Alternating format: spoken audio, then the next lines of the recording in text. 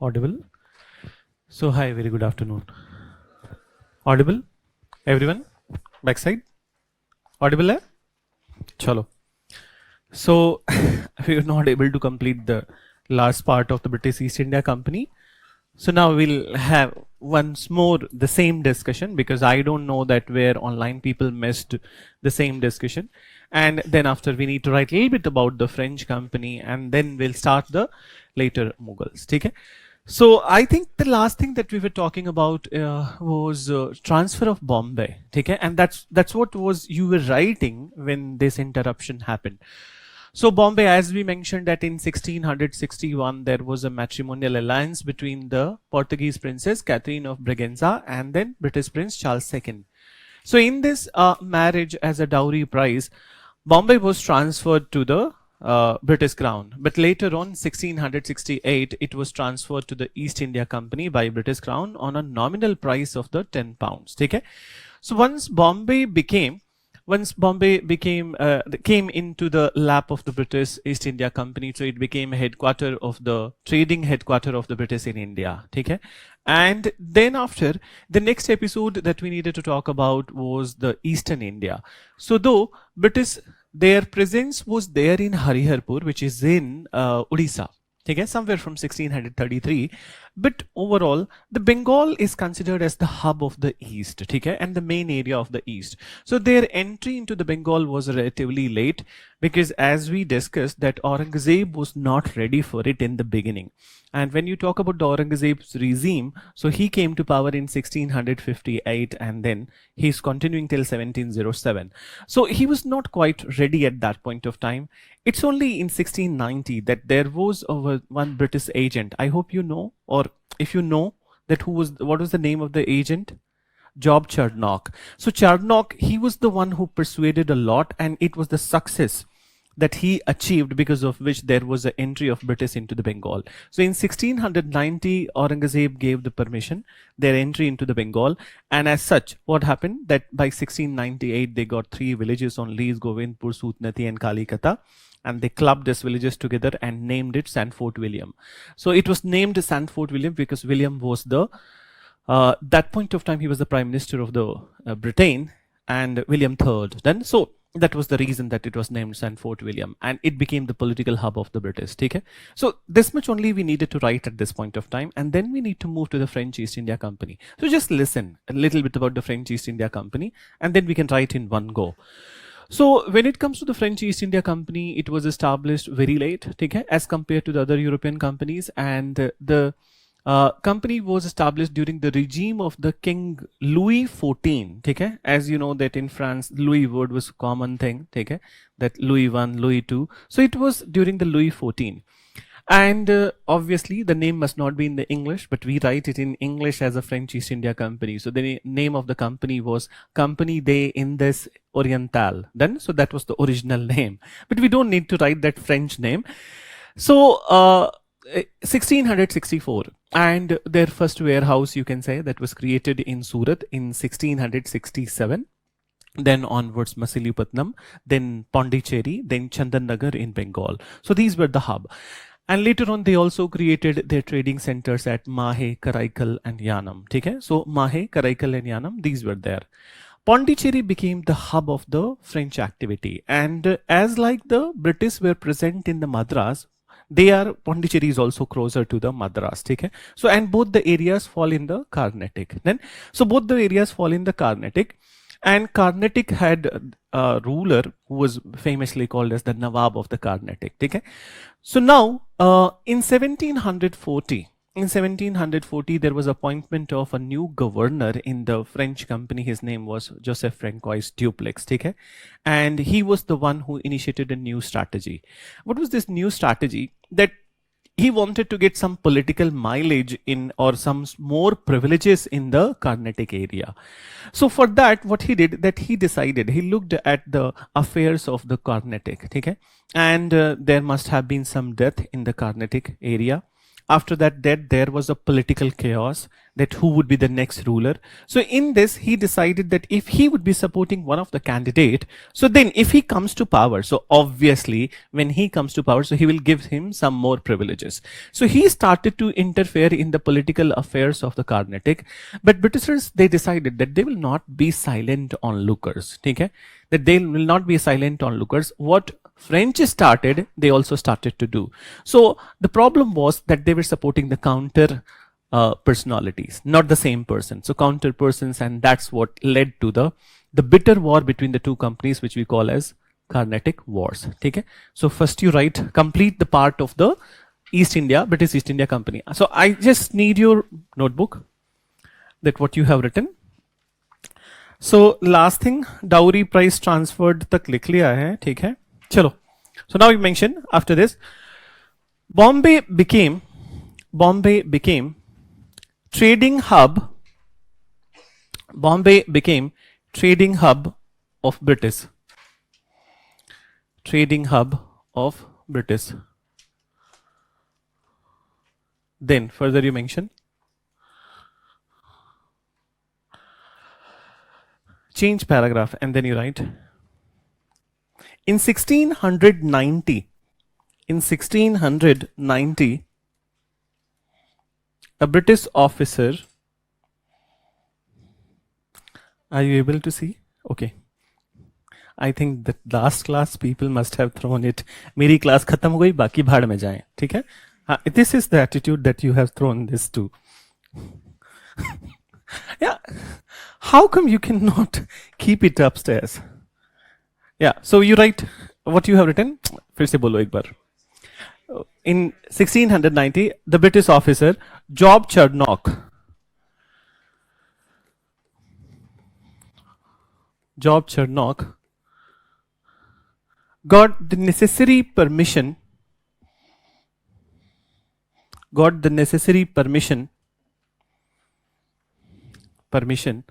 from Aurangzeb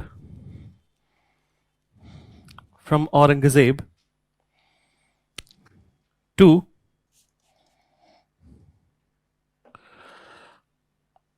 open trading centers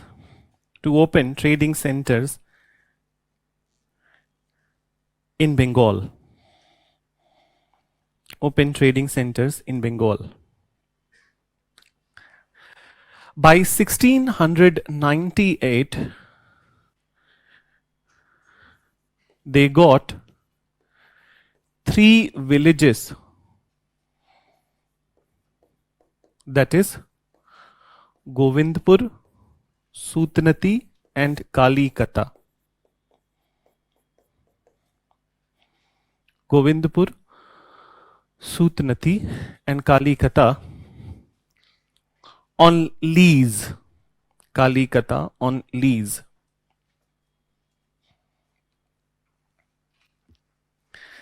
They clubbed these villages together.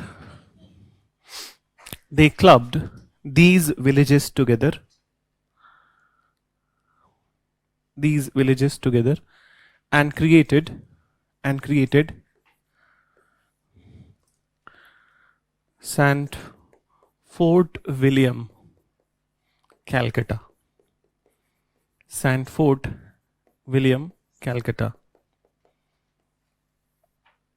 Full stop. St. Fort William, Calcutta. Over the period, Calcutta not only became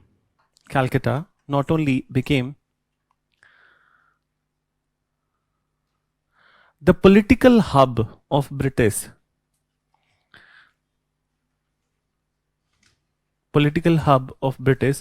but also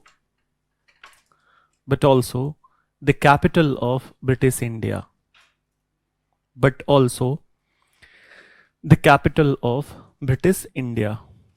ठीक है? Done. So now you can mention the next company, French East India Company. ठीक है? So please write the name, French East India Company.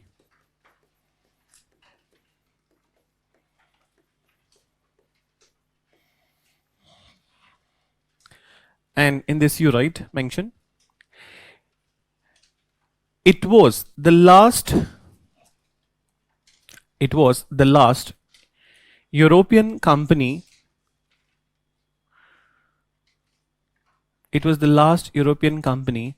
created in 1664 created in 1664 during the regime of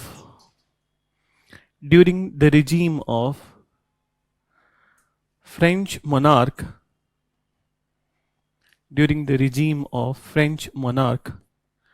Louis XIV.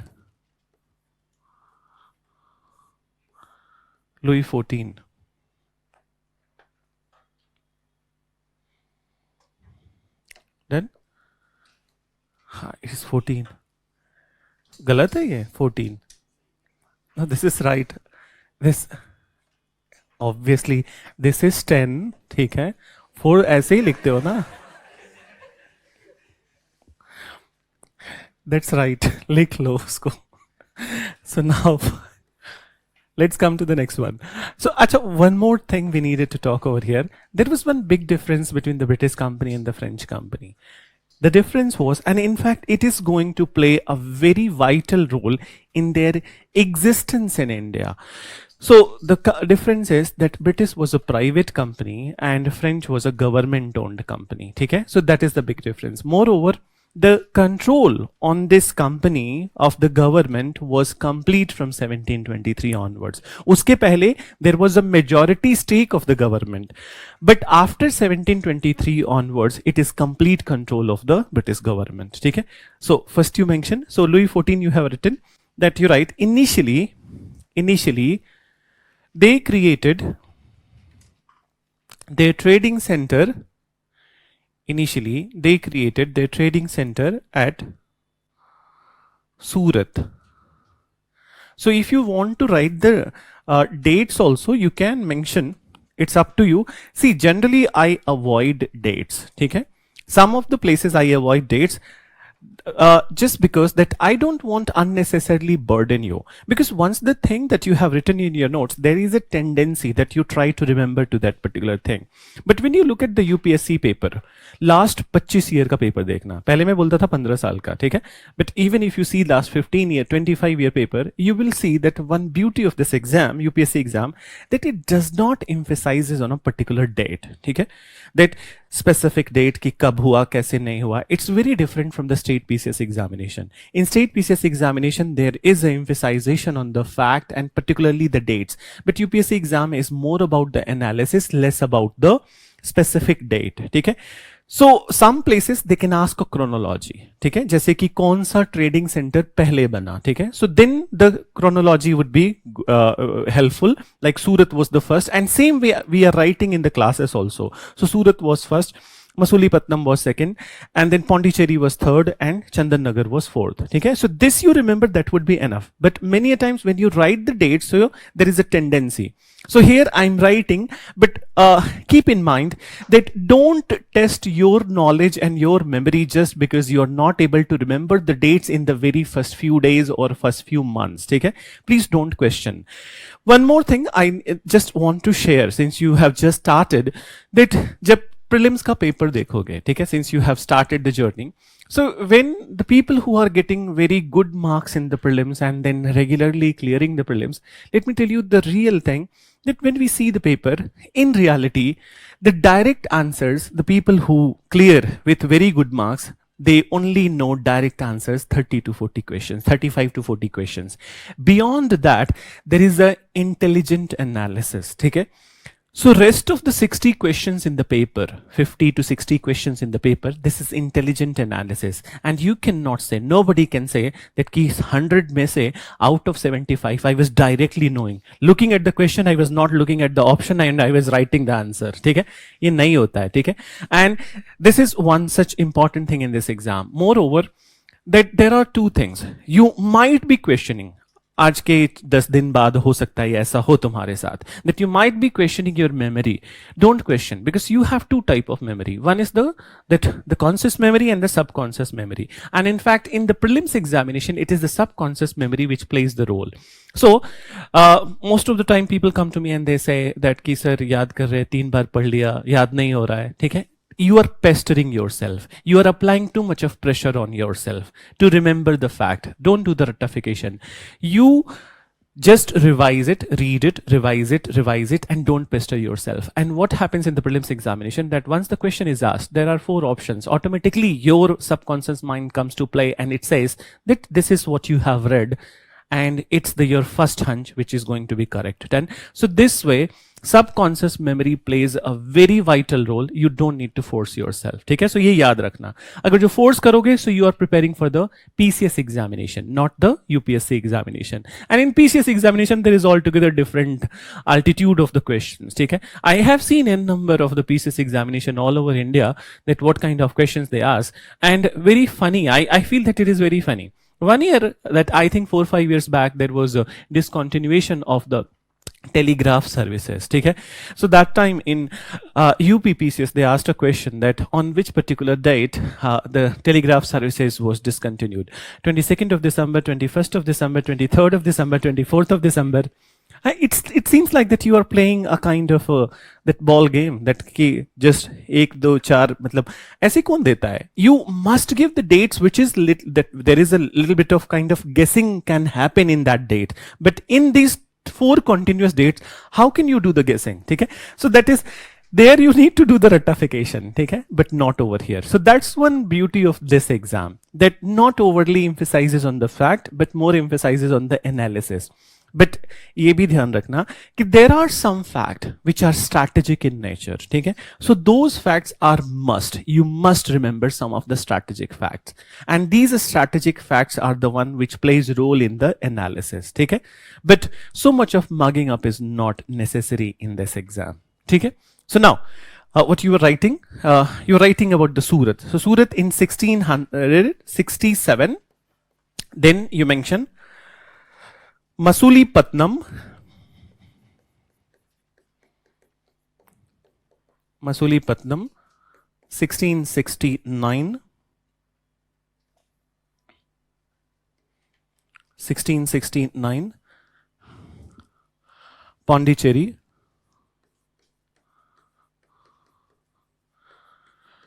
1673, and Chandan Nagar.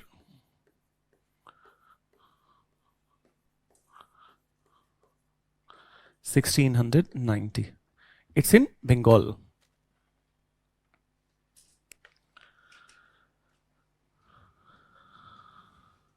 Then you write after this. It was a government-owned company. It was a government-owned company. Government-owned company, and the control of French government became full after 1723. After 1723. Then one more thing you write in brackets. On the other hand, in brackets you write, on the other hand, British East India Company. On the other hand, British East India Company was a private entity. ENTITY was a private entity. Brackets closed. Then you mentioned about the Joseph Francois Dupleix. So just let me write his name first, and see, first time you can write his full name, but later on you can only write Dupleix. Okay, that would be enough. And one more thing, while writing, you must resort to, since sometimes there would be a fast dictation, so shorthand also must be there in your notebook. Okay, so I hope you know shorthand then. So those you'll be using, but you must be aware also that shorthand while writing the answers you'll not be using. Okay, only in your notebooks. So you write by 1740. By 1740, Joseph Francois Dupleix. Joseph Francois Dupleix was appointed the new French governor. The new French governor. New French governor. ठीक है, full stop. He decided to interfere. He decided to interfere in the local politics of Carnatic. In the local politics of Carnatic, Carnatic, Carnatic, to get political advantage,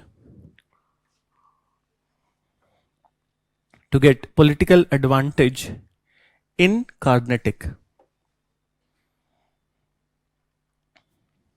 Full stop. Very soon, the same strategy was followed by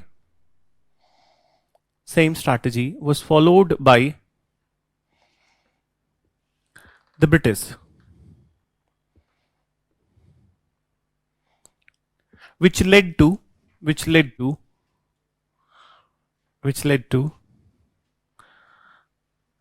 the emergence of very bitter war.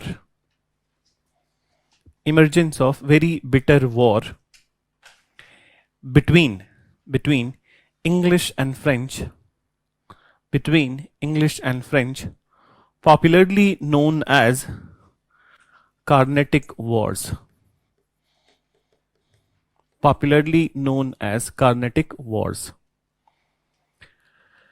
Then further you write, after full stop, please mention, and you can change paragraph if you want. Then, so please mention,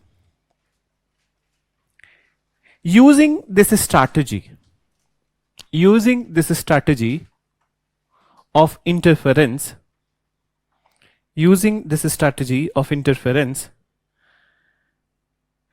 it was British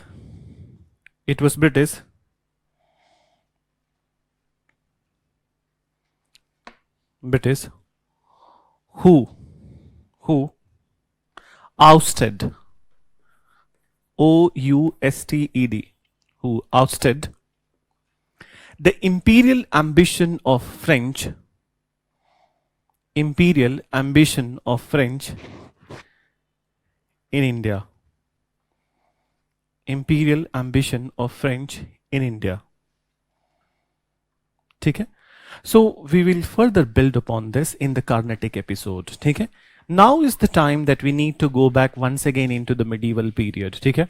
And as we mentioned in the very first class, that there is a hell lot of usage of the medieval information in this very first phase of the modern Indian history, because it's all interconnected. What we see, that what is happening, okay, what is the precipitating things in the modern times, it's actually the effect of the medieval. So let's go back to the death of the Aurangzeb. 1707, Aurangzeb died, and obviously there is no doubt about Aurangzeb that he was not a mighty ruler. He was, in fact, very mighty ruler. And when you look at the regime of all the Mughal emperors, so we are not counting over here Babur, because he was the founder, and soon after his the foundation of the new empire, he died in 4 years only. Then was the Humayun. From 1530 to 1540, he had to face many challenges while he was there in India. He had to fight with the rulers of Gujarat, and then he had to fight with the ruler of the Bihar and Bengal. So finally in this episode, and moreover, not only this fight, but he had to fight with his own brothers. They have become very greedy, and they wanted to divide the kingdom.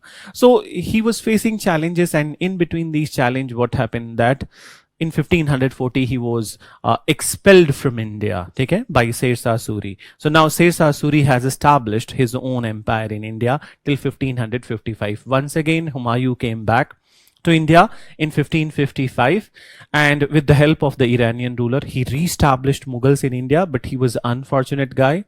He fell from his Ser Mandal, which was an observatory cum library, and he fell from the stairs of that, and he died because of that. So soon after this, there is this person from the Delhi area, that Hemchandra, okay? So Vikramaditya Hemchandra, that's how people call him. So he captured Delhi, and at this point of time, Akbar, okay? Akbar, he was just a minor who was son of Humayun. He was just 13 and 14 years old. So he was over there in the Kabul, and his general Bairam Khan fought with the Hemu, defeated him in second battle of Panipat, and then re-established Mughals in India. So it was Akbar who can be said as the first important Mughal emperor in India who had some sort of influence. But when it comes to how much territory he was ruling, so there is a misconception, okay? General conception in the mind that this Delhi Sultanate and then also Mughals, they were ruling all over India. That's not right, okay? In fact, Delhi Sultanate, that the maximum extent of the Delhi Sultanate was during the time of the Muhammad bin Tughlaq, okay? That he controlled the maximum area, but otherwise other people, you can say that 40 to 60%. It varied between the 40 and 60% area of the India. Same is true about the Akbar. He was also controlling near about only 50% of the Indian subcontinent, not beyond the Ahmednagar. And Ahmednagar, I hope you know that it is in Maharashtra. So beyond that, there was no rule of Akbar, okay? So now, after Akbar, then he is followed by the Jahangir, okay, his son, and then followed by the Shahjahan. So Jahangir and Shahjahan did not introduce much changes. They followed the system of the Akbar. It's only Aurangzeb who had not only a very great aspiration to establish a pan-India empire, and then also he was very extreme in his policies also. So it is during the regime of the Aurangzeb that there was a maximum extent of the Mughal rule in India. Okay? So it's almost touching the South India, it's almost touching the East India, and completely ruling in the north and western part of India.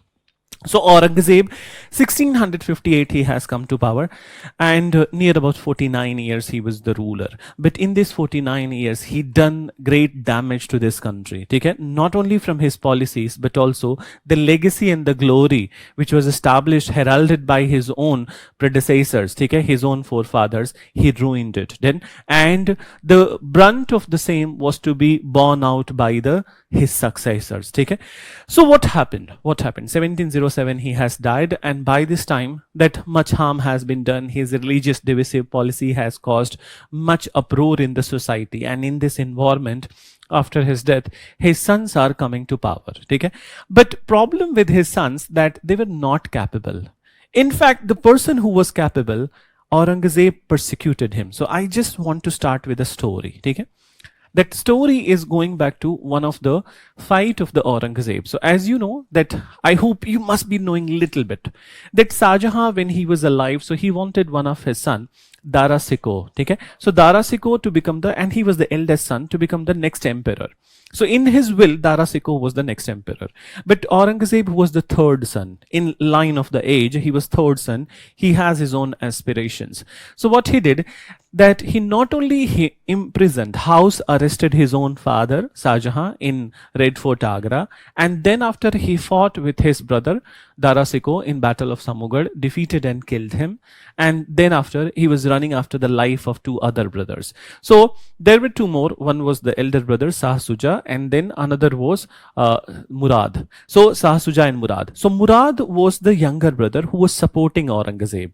So first he went after Murad after killing Dara Shikoh, because he thought that all his brothers, if they would be alive, so they would be a threat in the upcoming years. So he eliminated Murad also. Okay? So there is no mercy for Aurangzeb. And then finally he ran after the Shah Suja. But Shah Suja was able to escape from India. And he was able to escape from India because one of the son, or basically the eldest son of the Aurangzeb, Sultan, he helped him from escaping from India. So Shah Suja escaped to somewhere in Iran and not to be found in India. But the problem was that since the Aurangzeb's son, he has helped Shah Shuja, so Aurangzeb's son was arrested.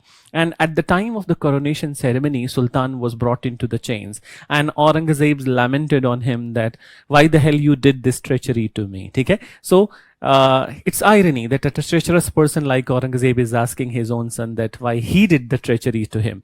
So now he asked that why you did the treachery to me, and then he asked that you were my oldest son. Okay? I could have given this entire empire to you. Okay? It was for you only, but you did not. You believed my hopes, and then what you did, that is a kind of a treachery. So then the Sultan replied to him that see who the hell is talking about. Okay? You yourself is the most treacherous person. What your father wrote in the will that Dara Shikoh would be the next emperor, and you did exactly opposite to that, and you must be shameful that you have arrested your own father. Okay? So you don't need to teach me any lesson. Okay? Look at mirror, that what kind of fear monger you are. So hate monger you are. And then after Aurangzeb was very angry, he asked that what kind of punishment must be given to him. So obviously those people who are the flatterers, so they said that death is the only penalty which will be sufficient. So Aurangzeb obviously, but his son, there is a kind of a soft corner. So he gave him the last chance. Take it. He said that I'm giving you the last chance to save yourself from the death penalty, that hail me as the emperor of Hindustan and then come and kiss my feet. Okay? So this was one such tradition to make somebody as a slave, that it's a kind of a symbol that if you're a slave, so you kiss the feet of the emperor. That was called as pai boss. So not Sizda. So pai boss. So then it is said that Sultan, he not only abused Aurangzeb at this point of time, but also refused. And after that, nobody knew that what happened to. He was sent into the prison, and obviously it was a kind of a prison which was a solitary confinement. I hope you know what is solitary confinement. Meaning that till you are alive, you'll not be able to interact with anybody. Even the prison guards also. They will come, there was a small hole, and then with that hole, the food would be given to you. You'll not be able to see that who has given you the food. So you die in your cell itself. Okay? So that thing he gave to his own son, and his son died. So this is what about the Aurangzeb, that what power does to the people. And we often quote that it is only religion. No, it's not just religion. It's power. Okay? It's the lust of the power which does these all kind of things. So that's how he has come to power. I hope you got that. So the only person who was eligible, who was a right person, who was very closer to the nature of the Akbar was Sultan, and he was eliminated by his own father. So now in this scenario, Aurangzeb has died, and the sons of the Aurangzeb, they are like him only. In fact, a notch beyond him only. So after his death, 3 eligible sons of the Aurangzeb, they were Muazzam, Prince Muazzam, Azam Khan, and Kambaksh. Okay? So they fought with each other, and in this, Prince Muazzam, he eliminated and defeated and killed 2 of his brother, Azam and Kambaksh. And then Prince Muazzam, he ascended the throne with the title of the Bahadur Shah first. Okay? And by the time he ascended to the throne, he was already 65 years old. Yeah. So this is what is something about the Aurangzeb, that he kept on his sons waiting, that their sons, they cannot fight with their father, because they knew that no matter however old he is, he will be eliminating them. So they were kept on praying that ki Allah bula lo, okay? So and then kisi ki murad puri ho. So then it happened in 1707. So Aurangzeb has died, and then after Bahadur Shah came to power. But now we need to talk about the Bahadur Shah. Who was he and what was his policy? So out of all these people, Bahadur Shah, as it is said, that he was a learned person. Okay? But learned does not mean that he would be very capable. Okay? बहुत सारे पढ़े हुए लोग हैं. ठीक है? But कर क्या रहे हैं? चापलूसी. So he was a learned person, and then he has come to power, but he was not an able administrator, and moreover, he was always very fearful. Okay? And he also knew that what the damage his father has already done, the policies, the religious divisive policy of the Aurangzeb has already done a damage. So now he was in a conciliatory mood, okay? That he wanted to make peace with some people, okay? And these important people in this particular era were the Marathas, okay? The Rajputs, the Jats and Bundelas, okay? So he tried to make peace with the Rajputs, Jats and Bundelas. Then he also stopped the destruction of the temples in India, which was one of the feature of the Aurangzeb's regime. That Aurangzeb destroyed not only 3-4 temples, but in fact thousands and thousands of temples. And it will be, I think that to say that if you are saying spade a spade, that must be the approach. Call a spade a spade. Don't be in the guise of being liberal that नहीं नहीं ऐसे ही कर दिया था, ठीक है, रास्ते से जा रहा था और अच्छा नहीं लगा तो बोला कि हटा दो. Then ऐसे थोड़ी होता है. So this is not he was doing. He had a policy, ठीक है? He had a policy that he will destroy all the temples of India. That was his policy. And he destroyed, in fact, when you go through that, I have the details of some of the things and directly from the archive. So in fact, in Udaipur area itself, I'm quoting that area which is in the helm of the this protest and movement. But anyways, near about 170 temples he destroyed in Udaipur itself. Okay? So then the other areas are also there. And when it comes to some of the symbols of the common conscience of this country, it's not from the perspective of religion, but also from the perspective of the heritage and legacy, that he destroyed the Somnath temple, he destroyed the Kasi Vishwanath, he destroyed the Kesav Rai temple. And if that is not enough, so he destroyed the temple which was created by the funding from the Mughal house itself, that was the Govinda Dev temple of the Mathura Vrindavan. In fact, Govinda Dev temple was one of the biggest temple of the country at that point of time, and it was funded by Akbar himself on the request of the Jodha. Jodha was a devotee of the Lord Krishna, so that's how it was created in this particular Mathura Vrindavan area. And moreover, this particular temple was the symbol of the Ganga Zamuni Tehzeeb. Okay?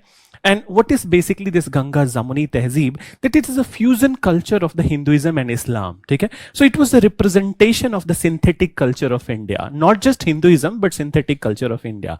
In fact, that till the time of the Akbar, Shahjahan and Jahangir, the very much accepted deity in the Mughal house from Hinduism was the Lord Krishna. He was very much worshipped in the Mughal house, and in fact he was regarded as the deity or the god of the love, epitome of the love, not as a god of a Hinduism, but epitome of the love.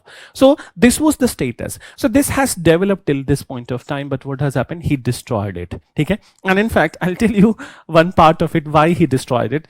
So one fine day, he was going to this area, okay, Mathura Vrindavan, he's passing from that area, and obviously that evening when happens, so generally what they were doing, that these people, they are creating their camps closer to that place. They are staying in they are staying for that night, and in morning then they will start.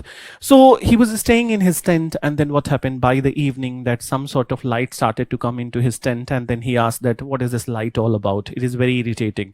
So then the people elaborated to him that it is a kind of a Hindu tradition that by the evening they lit some fire in the temple. Okay? And they lit some fire on the top of this Govinda Dev temple. So, and that's a tradition by the evening that people lit diyas in the houses. So he was so irritated by this that he said that next week I want to offer some prayers over there, okay? And you know what to do, okay? So the temple size must be cut to the plain half then, and that's how within 1 week the temple was cut to the half. And then next week he visited, he offered his prayers over there, okay? And then it is no more. So that's how he was working at that point of time. And obviously people were not able to contest him that point of time because he was mighty, okay? And that may lead to the execution of the people. But it cannot stop the anger which is growing among the people, okay? Inside the people. So in this scenario, when he has come, so what he did, that he knew that there is so much of anger in the society, he stopped the destruction of the temples, okay? Then after, he made peace with the Rajputs, Jat and Bundelas. Okay, so Rajputs, Jat and Bundela. Rajputs, in fact, they were bit more softer towards the Mughal right from the time of the Akbar, but by the time of the Aurangzeb, they were also highly disaffected because of his nature. So he made peace with them. Then came the episode of the Marathas. Okay, it is also an interesting story. So I just need to elaborate and build upon that story so that you know. You must not feel that कि कहाँ से कहाँ पढ़ रहे हैं. So when Aurangzeb has come to power, 1658, ठीक है? You know who was the biggest adversary of the Aurangzeb? Shivaji Maharaj. Okay? So Chhatrapati Shivaji, he became Chhatrapati in 1674. But before that, so Shivaji was the biggest adversary of the Aurangzeb. And when you want to know about the Shivaji, so Shivaji was actually, he was son of the ruler of the Konkan, Sahji, okay? And he was raised by his mother, Jijabai. Then, so Jijabai, but Sahji was not living with his mother, Jijabai. She was neglected and they were living in Pune. Shivaji was raised by the mother and under the guidance of the two gurus, Dadaji Kondadev and one more guru, Ramdas. It was Ramdas with whom he learned one of the finest strategy of the warfare. That is guerrilla warfare. Okay? So guerrilla warfare, and he became the greatest exponent of the guerrilla warfare in India. With this strategy, he has captured n number of the forts, and then he has become very strong in the Maratha area. But now what happened? Looking at the progression of the Shivaji, when Aurangzeb has come to power, so he wanted to stop him. So initially what he did, that he sent his own general, Sahista Khan. Earlier Shivaji has killed Afzal Khan of Bijapur. Now he seriously injured Sahista Khan. After this episode, now Aurangzeb started to look at the people who can really contest with the Shivaji. And that point of time, the ruler of the Jaipur, Amer, Raja Jai Singh, he was the most intelligent person at that point of time, and he also knew the art of guerrilla warfare. So Aurangzeb persuaded Jai Singh to fight with. He himself is not fighting, but persuading the Jai Singh to fight with the Shivaji. So the fight happened between the Raja Jai Singh and Shivaji in 1665, and in this fight, Jai Singh defeated Shivaji. Okay? Because Jai Singh was able to drag out Shivaji from the hilly areas to the plain areas. That was his strategy. Basically, guerrilla warfare is very helpful when there is a hilly area, okay? Difficult geographical terrain, but in plain areas it will not work. So he dragged him, and that's how he was defeated. So after this defeat, there was some sort of agreement between the Jai Singh and then Shivaji, but Jai Singh also maintained that he will also have to attend the court of the Aurangzeb, to have a meeting with the Aurangzeb. Shivaji accepted it, and he visited the court of the Aurangzeb. Now this time the Mughal capital was Agra. Okay? Not Delhi, okay? Not Lahore, not Fatehpur Sikri, it is Agra. So Agra was the capital at this point of time. Shivaji visited the Agra court, and once again, it is against the Indian tradition, okay? That its Mughals are already ruling from last 200 years, and they have become the part of India. So they cannot just neglect the Indian tradition. So what he did, that invited Shivaji to his court and then disrespected him, okay, humiliated him, and then after he arrested him. Okay? Who the hell's done the arrest of a person by calling to your own home and then arresting him? Okay? Is it a bravery or is it a cowardice? Obviously, he was a coward person that he did. That if you really consider yourself as a brave, come to the battlefield and then decide that who is victorious. But he did this treachery, and then after Shivaji was arrested. But now it was a one such signal to the Raja Jai Singh also. Jai Singh was taken aback by this incident, that I did not expected this to happen, okay? That I was wrong. And then that there was hell lot of sympathy which was pouring for the Shivaji. And then somebody from the Agra itself, they helped Shivaji. There was a fruit vendor who went to the help Shivaji's place, and then he provided that particular fruit basket in which Shivaji, he hid into that fruit basket covered with the fruits, and then he was escorted out of the Agra. And then after, he took a determination that he will not give a single opportunity for Aurangzeb to penetrate through the Deccan. And then By 1674, he has recaptured the areas which he has lost, and then 1674 he celebrated his coronation ceremony, Rajya Abhishek, done, and then he led the foundation of the Maratha Empire. So till the lifetime of the Shivaji, there was nobody who could dare him. Okay, till 1680, so nobody dared him, and in fact, people were literally waiting for that his life to come to an end, and then they can go for their own aspiration. So in 1680, when Shivaji met the natural death, that was the time that the conspiracy and the design started to get created. In 1689, so now is the point that we need to mention, that is of usage. So 1689, Aurangzeb once again treacherously, he has kidnapped actually. Okay? Son of the Shivaji, there were two sons of Shivaji. One was Sambhaji and another was Rajaram.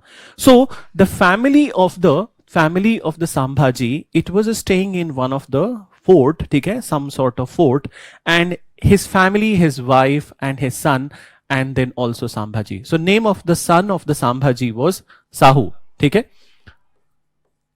So, and wife of the Sambhaji. So these three people were captured. They were taken as a prisoner, okay. They were taken as a prisoner in 1689, and they were kept as a prisoner till from 1689 till the death of the Aurangzeb. So you're getting it. So now when Bahadur Shah has come to power, so what he did in 1707, that Sambhaji, in 1689 itself, Sambhaji was persecuted by the Aurangzeb, and it was a very torturous death, that he hacked Sambhaji to the death, okay, by cutting his body into two halves, and that was he was. And then Sahu and wife, okay, they are prisoner. In 1707, he released Sahu from captivity. Okay? So Bahadur Shah released Sahu from captivity. But the point is that his mother was not released from the captivity. Okay? He wanted to make a point of negotiation. So Sahu was released. Now you can ask, okay, why Sahu is released and why mother is not released? Okay? There is a point over here. So they could some places the stories may get complicated, but I need to make it simple, because once what happens that when I tell so many names, so you're lost in the names itself. So my suggestion to you, don't remember the names right now, just understand the story. So what is the story? That when Sambhaji was arrested by Aurangzeb, so younger son of the Shivaji is there, Rajaram, okay? He became the ruler of the Maratha area. Okay? Rajaram died in 1700. Okay? After his death, his wife Tarabai, she is ruling in the Maratha area, and she has a son also. Son is a minor. Okay? Meaning bacha hai abhi. So son is a minor. So obviously you know the feelings of the mother. She would want that the Maratha kingdom must be ensured for her son, not for Sahu. Okay? Just like the Kaikai did for the Bharat. Okay? So that episode you can bring it over here. That Kaikai did for Bharat, and same, she did not wanted anybody else to become the ruler, and her own son, minor son, must become the ruler. When Sahu is released from the jail, so it was done from the perspective that they will fight. There would be some quarrel between Tarabai and Sahu. That happened actually. Okay? So that was what the Bahadur Shah wanted. But then when these two are fighting, so they will be fighting with themselves and they will not fight with me. Okay? That was his intention. Okay? That they will fight with themselves, they will not fight with me, and their power will weaken. Okay?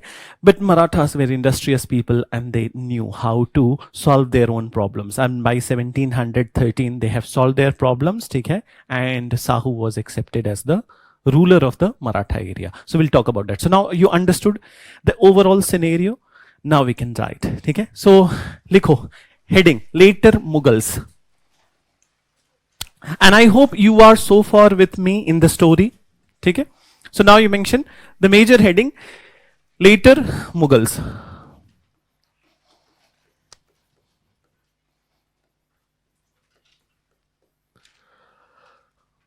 Mention. After the death of Aurangzeb,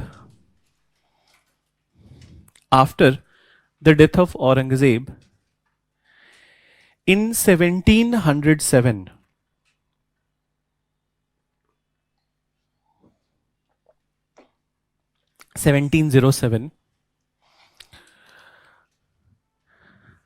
comma, war of succession started among his sons. War of succession started among his sons. Full stop. In this fight, Prince Muazzam, you can see the spelling of his name, Prince Muazzam, defeated and killed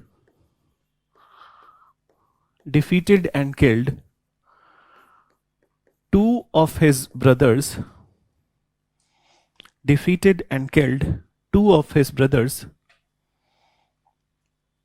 Kambaksh and Azam.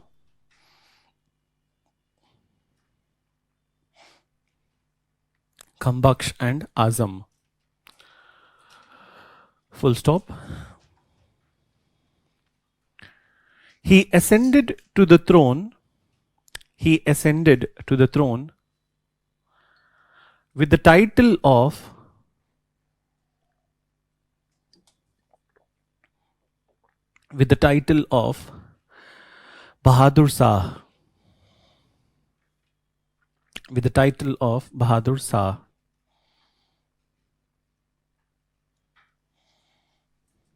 First one. Okay. So now you can write it as a title, Bahadur Shah first. Once again you write as a title. Okay. So Bahadur Shah 1,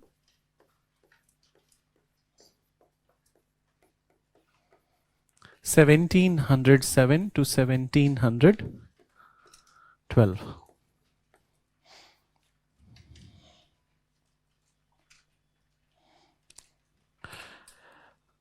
He was a learned person.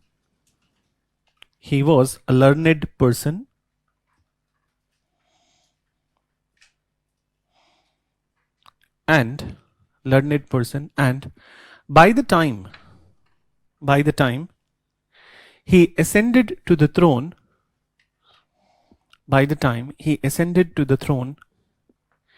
he was already 65-year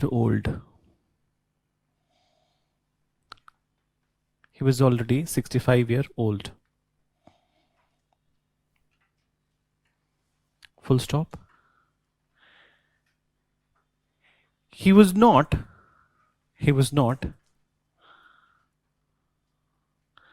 a great military leader.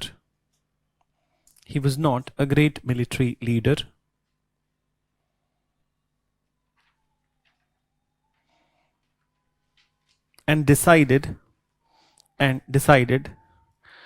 to follow the policy of conciliation. Let me write first. So CONCILIA, conciliation. This is double L. Then so now you write initiatives, and you can write with the numbers. So initiatives, and in initiatives number 1. Okay? So number 1 you write, he reversed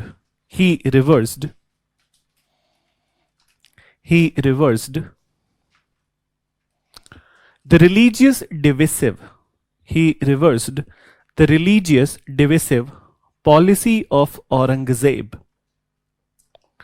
He reversed the religious divisive, DIVISIVE, divisive policy of Aurangzeb. In the same statement, you write after full stop, he stopped the destruction of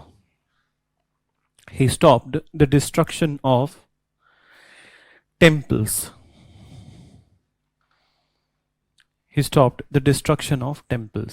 Full stop. Second initiative you write, he tried to make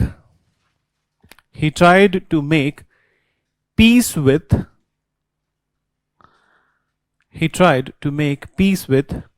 Rajputs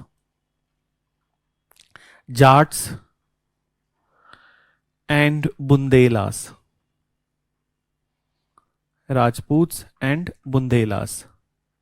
The people of Bundelkhand. Okay? Then next you write, he released Maratha prince. He released Maratha prince Sahu. He released Maratha prince Sahu from Mughal captivity. From Mughal captivity. Sahu was prisoner from 1689. Sahu was prisoner from 1689. Now, the next point you understand. Listen, we have not discussed, so just listen. So, the main problem at this point of time was the Sikh people. Okay? The Sikh people, they are not happy with the Mughal rule. There is a reason behind that, and that also we need to know that what is the reason that why Sikh people are not happy with the Mughal rule. So at this point of time, he tried to make conciliation with the Sikh also, and he offered a very high official position to the Guru Gobind Singh. Okay? So Guru Gobind Singh, the time he has offered, he made this offer to Guru Gobind Singh was not keeping well, and he met his natural death. He has died. So after his death, what has happened? That Sikh people decided that they will not be conciliating with the Mughals, reconciliating with the Mughals, but instead of that, they will continue their struggle against the Mughal. So there is a reason. What is the reason? So reason is that, as you know, that Sikhism was founded by Guru Nanak, and then after there was a tradition in the Sikhism of the spiritual gurus. So there are 10 spiritual gurus in the Sikhism, starting from Guru Nanak and end by Guru Gobind Singh. Okay? So in between we have Guru Angad, Guru Har Rai, Guru Ram Kishan, Guru Arjan Dev, Guru Tegh Bahadur. So these all gurus were there. It's the time of the Guru Arjan Dev when Aurangzeb was there. Not Aurangzeb, sorry, Jahangir. Okay? So there are some aspects of the Jahangir's life where he was also bit cruel, and that's the one aspect. So let me tell you that in fact, in the last part of the life of the Akbar was not happy with Jahangir. Okay? He was not happy with the Jahangir. Because of that, he has become a little extreme at that point of time. And one such reason that we discussed yesterday, that it was Jahangir who conspired against his best friend, Akbar's best friend Abul Fazl, and Abul Fazl was killed. So he was not happy. And then after, one more incident has happened. That incident is basically that the favorite person of the Akbar was his grandson, not his son Jahangir, but his grandson, and you may not be knowing his name. Khusro. Okay? So Khusro was the favorite of the Akbar, and actually Khusro was very close to the Akbar in his philosophy, in his thinking, and in his policies and programs that he was talking about. So he was favorite, and Akbar wanted, though he did not mention very elaborately, but he wanted that Khusro to become the ruler. So what has happened that Khusro has went to the place of Guru Arjan Dev. Okay? He was contemporary, and then since he was interested in all the religions, that what is existing in all the religions, so he stayed with Guru Arjan Dev, and then he tried to learn few things from the Guru Arjan Dev. But by the time Akbar's death has happened, and then when he has returned, so many people conspired to Jahangir that his son is planning and plotting, that Khusro is planning and plotting against him. So not only Khusro was put into the jail, he was not eliminated, thankfully, not like the Aurangzeb, but the major atrocity was done on the Guru Arjan Dev. That people conspired against Guru Arjan Dev, that he might be the force behind this conspiracy. So Guru Arjan Dev was brought to the Mughal court, and 9 days continuously he was tortured. Boiling water was poured on his body, and 9th day he succumbed to this kind of torture. He did not budge a bit. But he succumbed to the injuries. So that is a one episode which was etched in the memories of the Sikh people very strongly. And then finally it was the assassination of the Guru Tegh Bahadur by Aurangzeb. A brutal assassination by Aurangzeb that's very fresh in the memory of the people. So they don't want to forgive them and forget it.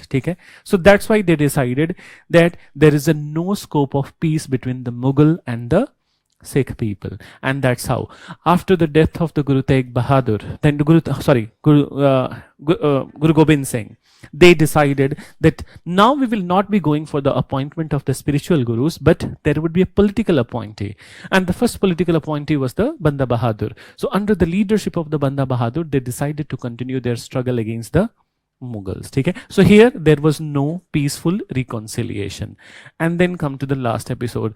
As we mentioned, that he has ascended to the throne with the name of the Bahadur Shah. And in history, we come across so many people who have this name, Bahadur Shah. In fact, the last Mughal emperor was also Bahadur Shah. Okay? And then there was a ruler of Gujarat, he was also Bahadur Shah. Okay? And in fact, yesterday we were talking about this episode of the Portuguese. I'll tell you one interesting aspect, that and involving Humayun also. So that there was this ruler of the Gujarat, his name was Bahadur Shah, and he was one of the adversary of the Humayun. And moreover, that Portuguese wanted some favor in the court. So earlier they said that they said to the Bahadur Shah of the Gujarat that if you support us, okay? So if you support us, so what will happen, that we will be supporting you at many places and we'll be providing you the technology. So this was all going fine, but what happened, that some sort of conspiracy was there from the Portuguese side. They themselves wanted to eliminate the Bahadur Shah. Okay? So what they did, that they invited the Bahadur Shah of Gujarat, who was fighting with the Humayun, and Humayun was very much in peril with the Bahadur Shah. So he wanted Bahadur Shah to eliminate.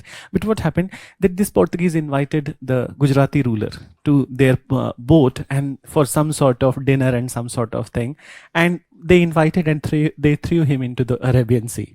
Okay? So that's how Bahadur Shah died, and Humayun also took a sigh of relief ki gaya aadmi. So the problem, that the thing with this name is that there are n number of the people in the Indian history with the name of the Bahadur, but the irony is that none of them were Bahadur enough. So is this person, okay? That Bahadur Shah first. So what is the irony with him? So now listen, that he was so fearful of his nobles, and I hope you know word noble, that those people who are important officials in the court, darbari bhi bolte ho tum log, theek hai? So he was often very fearful of the nobles because they were powerful nobles. They had their own groupings, theek hai? And anytime they can come with any such extreme, such kind of violent policy and they can kill him. So he was always under fear. So whenever any such noble was asserting in the court that I have not got enough, theek hai? That you have neglected me. So without thinking, without giving a thought, without contesting it, he used to give promotions and jagirs, okay? Because he was fearful. And because of this particular attitude of the Bahadur Shah, he was often referred as Sahib-e-Khabar, okay? Headless king. Then, so that is the one part. Then what happened in 1712, his life came to an end. And then after, the real character of the why they are called as the later Mughals, that was revealed. So after his death, no matter his adversary, his enemy or whatever, he must be given a decent burial. Okay? The last rites must be performed. But his sons were in such an indecent haste of grabbing power that they left his body unburied for over a month. In fact, it was 2 months. So for 2 months, his body was not buried. And you know, that's not the time when the refrigeration was invented. So body was kept in the open, okay? And you know what would be the status of the body, and they're fighting for the power. So this shows the character that has been denigrated in this period. And earlier, when we are talking about Aurangzeb, so though he was torturous, he was extreme, but once he defeated his brother Dara Shikoh, he performed his last rites. And that's what we call that though you are fighting in a war, but you after the death, okay, he's no more your enemy. If you're doing anything with the body of the person who is dead, you are mutilating his body. So that's what we call as a war crime. In today's age also, I hope you know the definition of the war crime. That nobody knows. क्या बात कर रहे हो? You don't know the war crime. So war crime basically that suppose India and Pakistan are fighting, okay? That the military of both the countries are fighting, okay? Even the terrorists are also there. But even after killing the terrorists, we cannot mutilate their body. We must return their body, okay? So that's what happens, that when they are fighting, till the fight they are enemies. But once the person is dead, so then he's no more enemy. He must be given the decent burial. He must be returned to the families of the people, okay?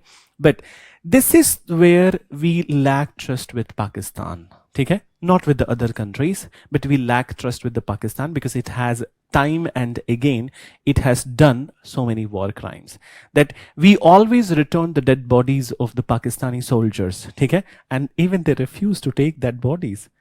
When the terrorist bodies were returned, so they refused to take their bodies, okay? That they don't belong to Pakistan. Then, and moreover, we have always returned, but they have done this crime that they have mutilated the bodies of the soldiers when returning to India, and they have not returned also. So this is a war crime which must be tried in the International Court of Justice, okay? So, and here also in the Mughal house, this is also a crime which has been done, that after the death of your father, you must give him a decent burial, ठीक है? You must perform his last rite, ठीक है? And ये भूल गए थे कि आत्मा भटकती है, ठीक है? And this is what going to haunt them in the later period. So anyways, 1713, Jahandar Shah is coming to power, and Jahandar Shah.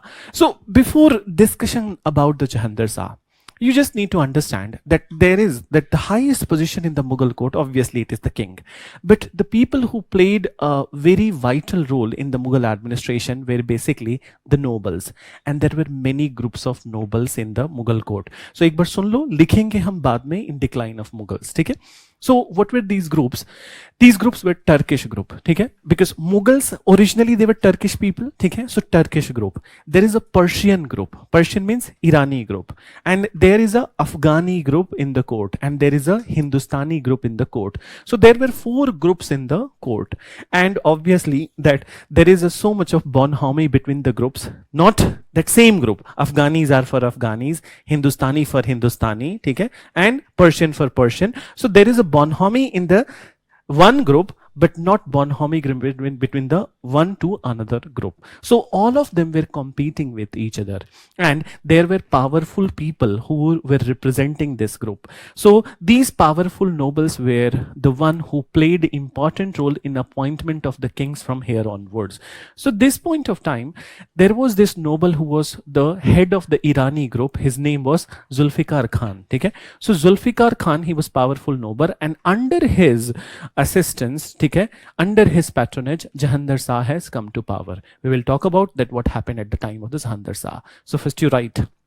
So the last line you have written about the Sahu. Okay? So then you mention, okay, he also tried to make, next point. He also tried to make peace with,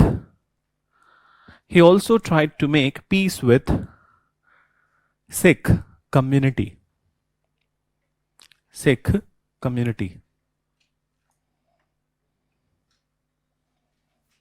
He offered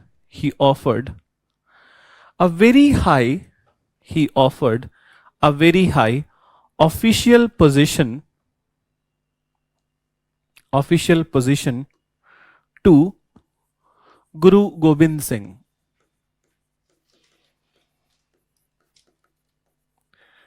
Very high official position to Guru Gobind Singh. Done? But soon after the death of Guru,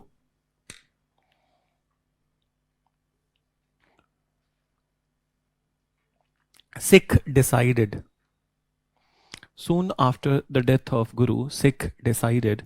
to continue their struggle against Mughal under the leadership of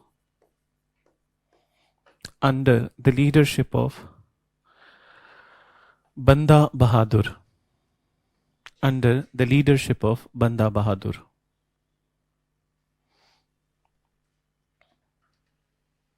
ठीक है? change paragraph and then you write, Bahadur Shah was often referred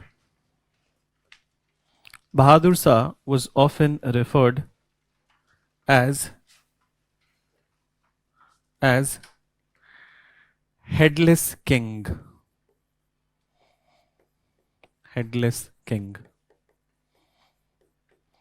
And you can mention Sahe Bekhabar.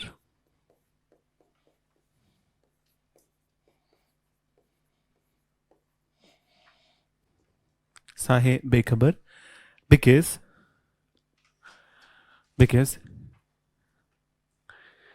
he lavishly granted, he was often referred as headless king or Sahe Bekhabar because he lavishly granted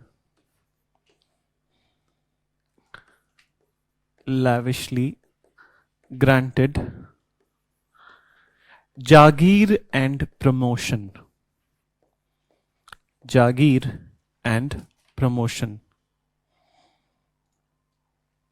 Lavishly granted Jagir and promotion. Full stop. After his death, his sons were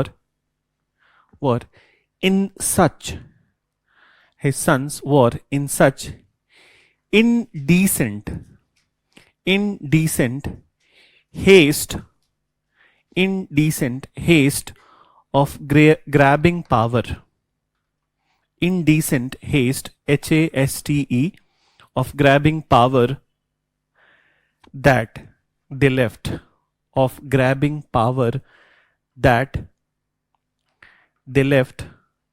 his body unburied for more than a month.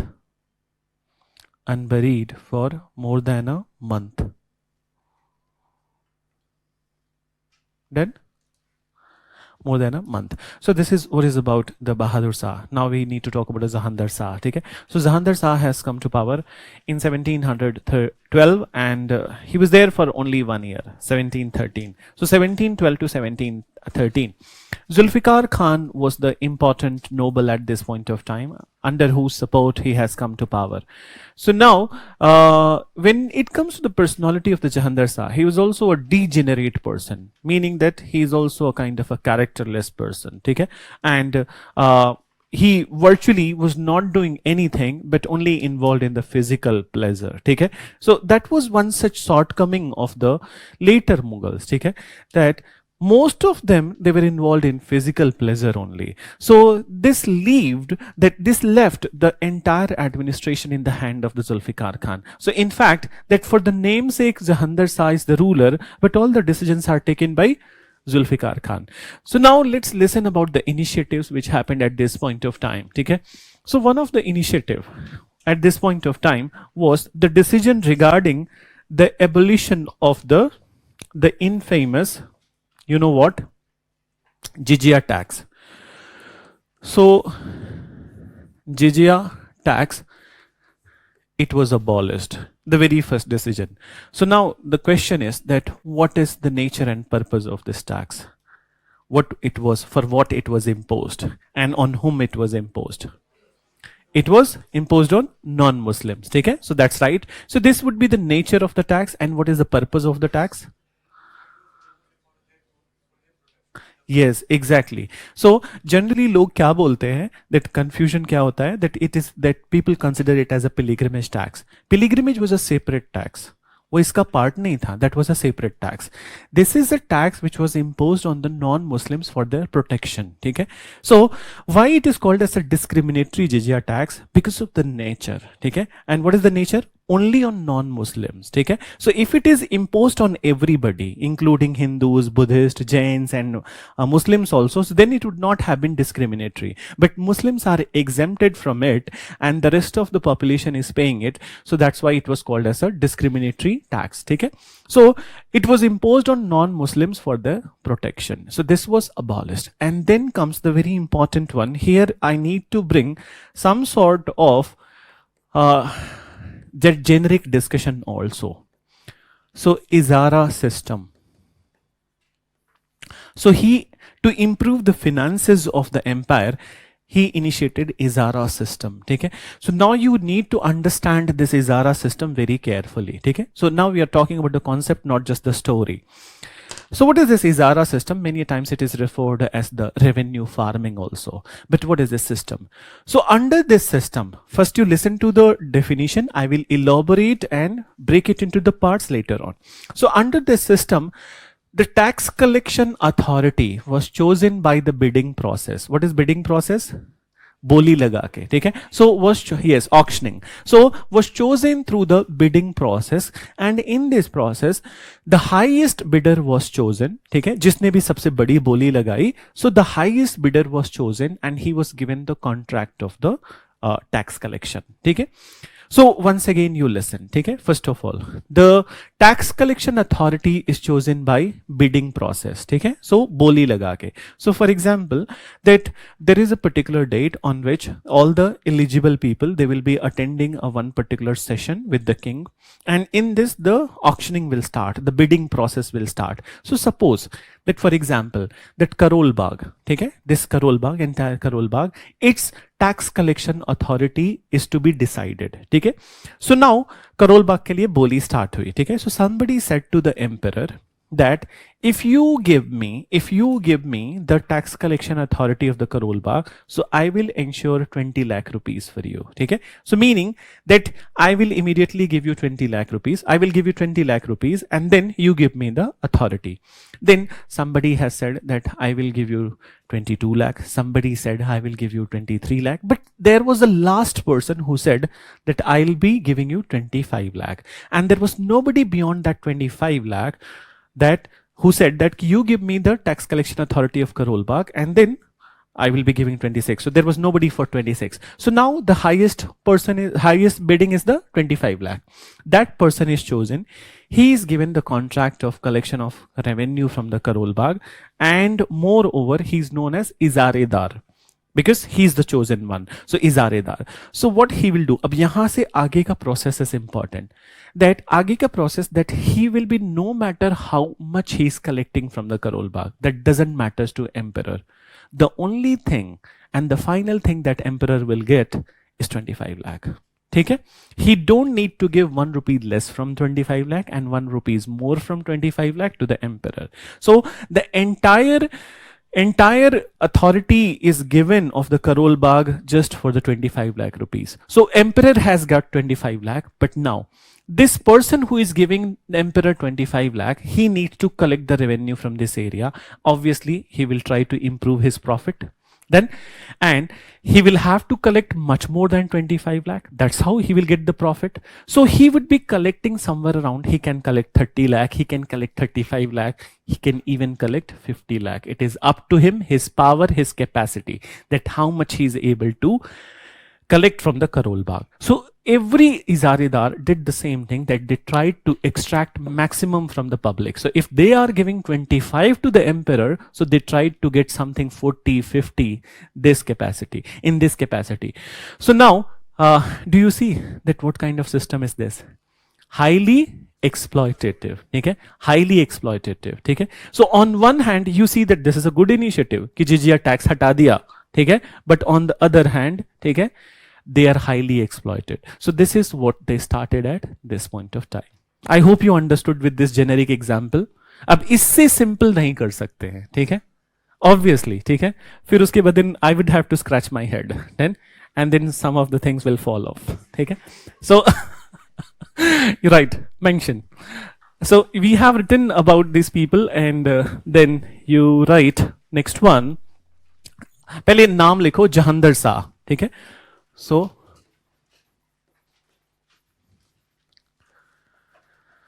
Jahandar Shah, 1712 to 1713.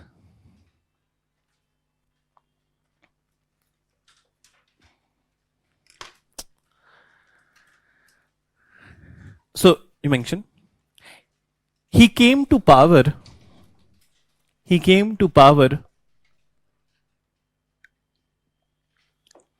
with the support of with the support of most powerful noble of that time, most powerful noble of that time, Zulfikar Khan. Of that time, Zulfikar Khan.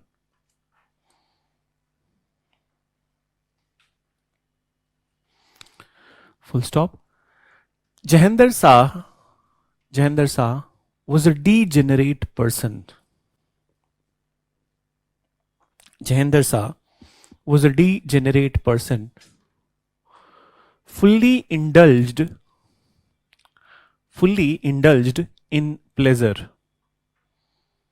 Fully indulged in pleasure. Then, as such, the entire administration,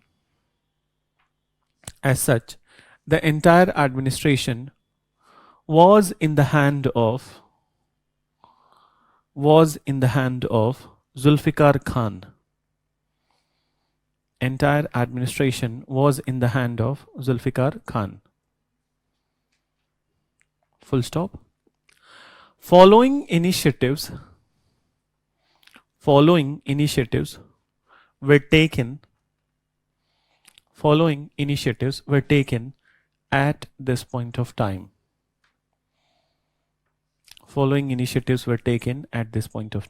So number 1, you write the discriminatory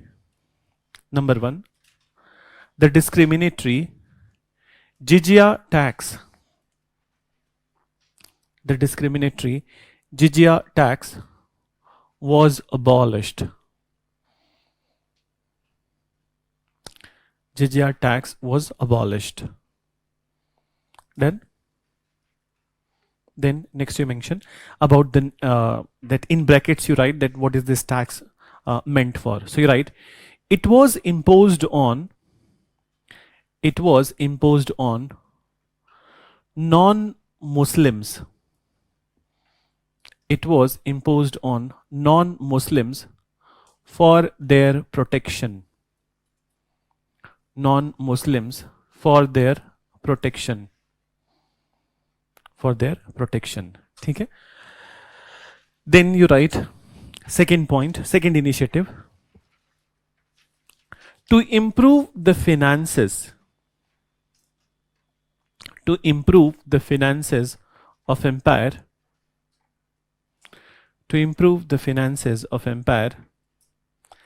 Izara system, IZARA, Izara system was initiated.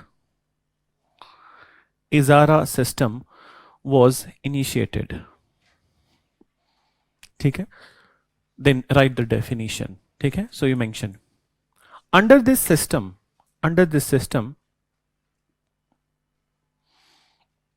the tax collection authority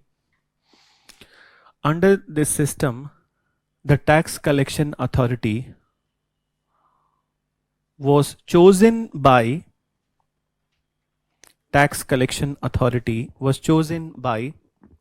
the bidding process. Bidding, BIDDING, bidding process.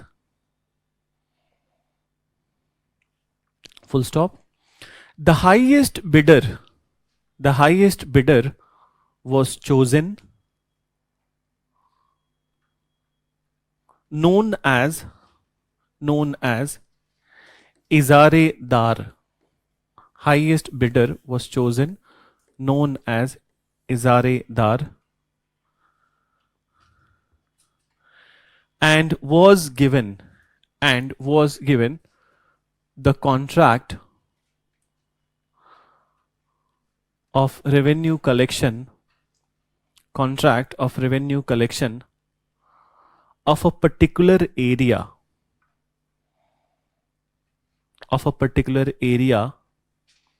for an assured sum, SUM, for an assured sum to the Mughal emperor. To the Mughal emperor. Assured sum for the Mughal emperor.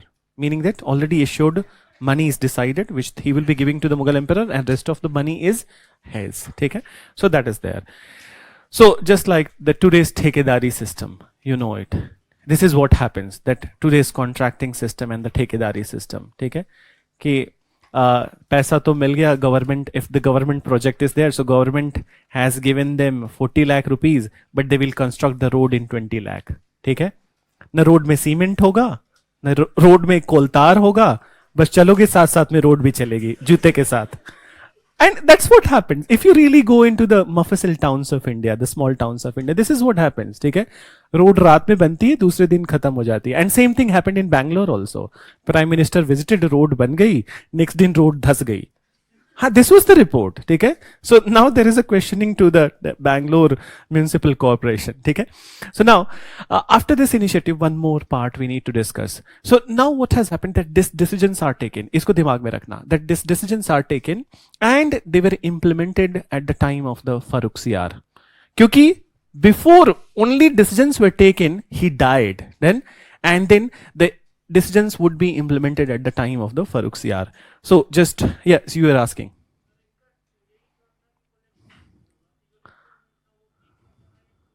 Like what implementation? What is that? No, already it has been said. It means that you didn't understood that what we were trying to discuss in the class. No, you didn't understood. Okay? Just listen to me. I will not elaborate it once again because rest of the people, have you understood the Izara system? If you haven't understood, so I will not elaborate. I can elaborate you separately.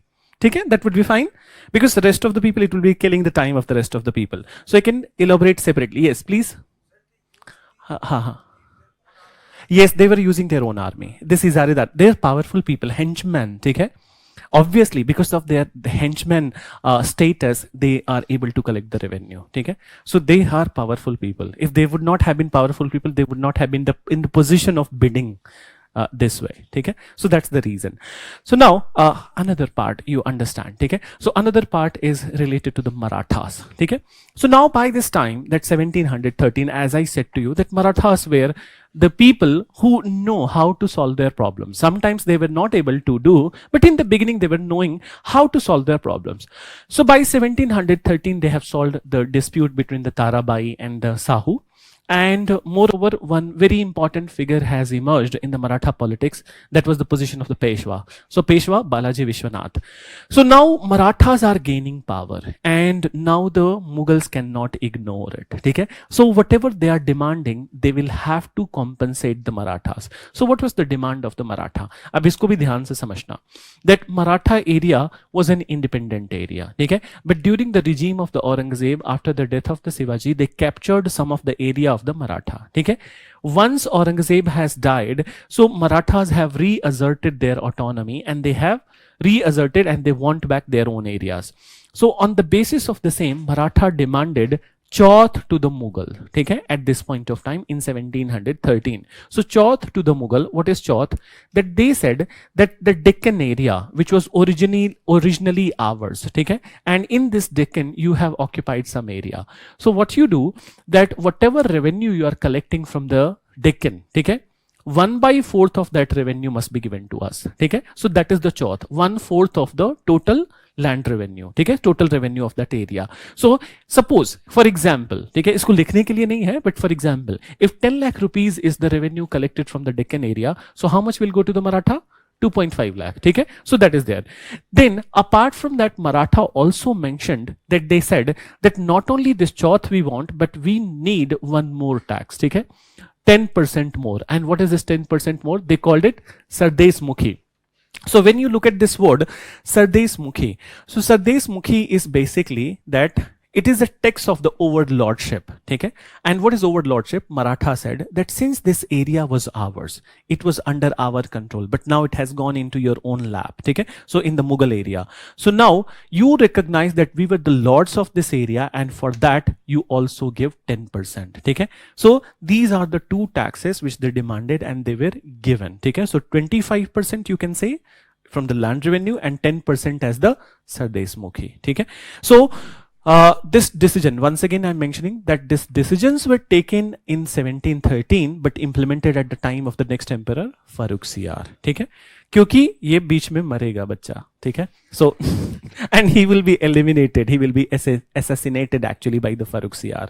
So that will happen. Moreover, Marathas also said to the Jahandar Shah that if it will happen, okay, if it happens that you recognize our that our rights in the Deccan area, so what we'll do that we will create an army of 15,000 people, okay, and that army would be stationed for your protection. You will not get killed. But before this army could get created, he was killed. Okay, so this is what was the assurance which was given. So now you can mention, okay, that it was also agreed. Next point. It was also agreed that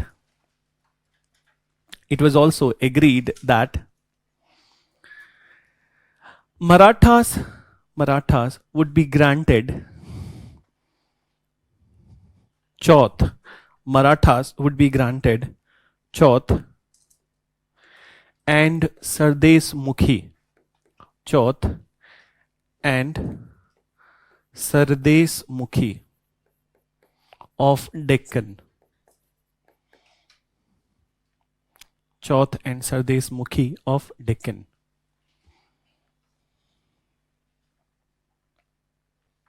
Then next you write what is Chauth. So Chauth के बारे में लिखो. Chauth is 1/4. Chauth is 1/4 of total revenue of Deccan. ठीक है? And then you write Sardes Mukhi is 10%. Sardes Mukhi is 10% additional tax.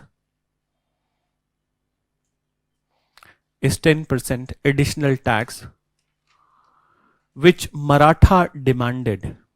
Additional tax which Maratha demanded.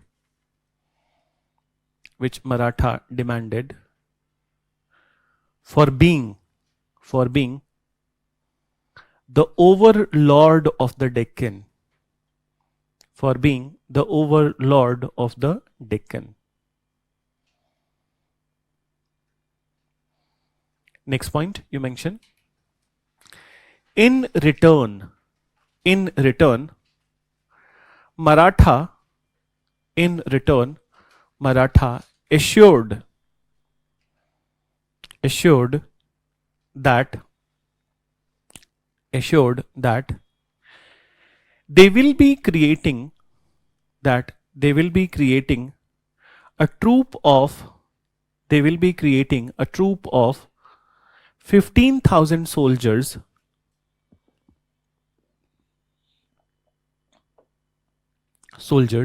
for the protection of Mughal emperor.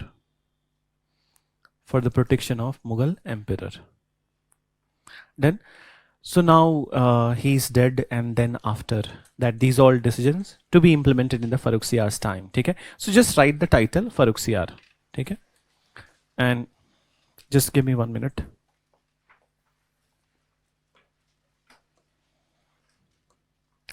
So mention Farrukhsiyar. 1713 to 1719. 19, yes, 19 only. So now listen. So Farrukhsiyar has come to power, and this time the noble is changed.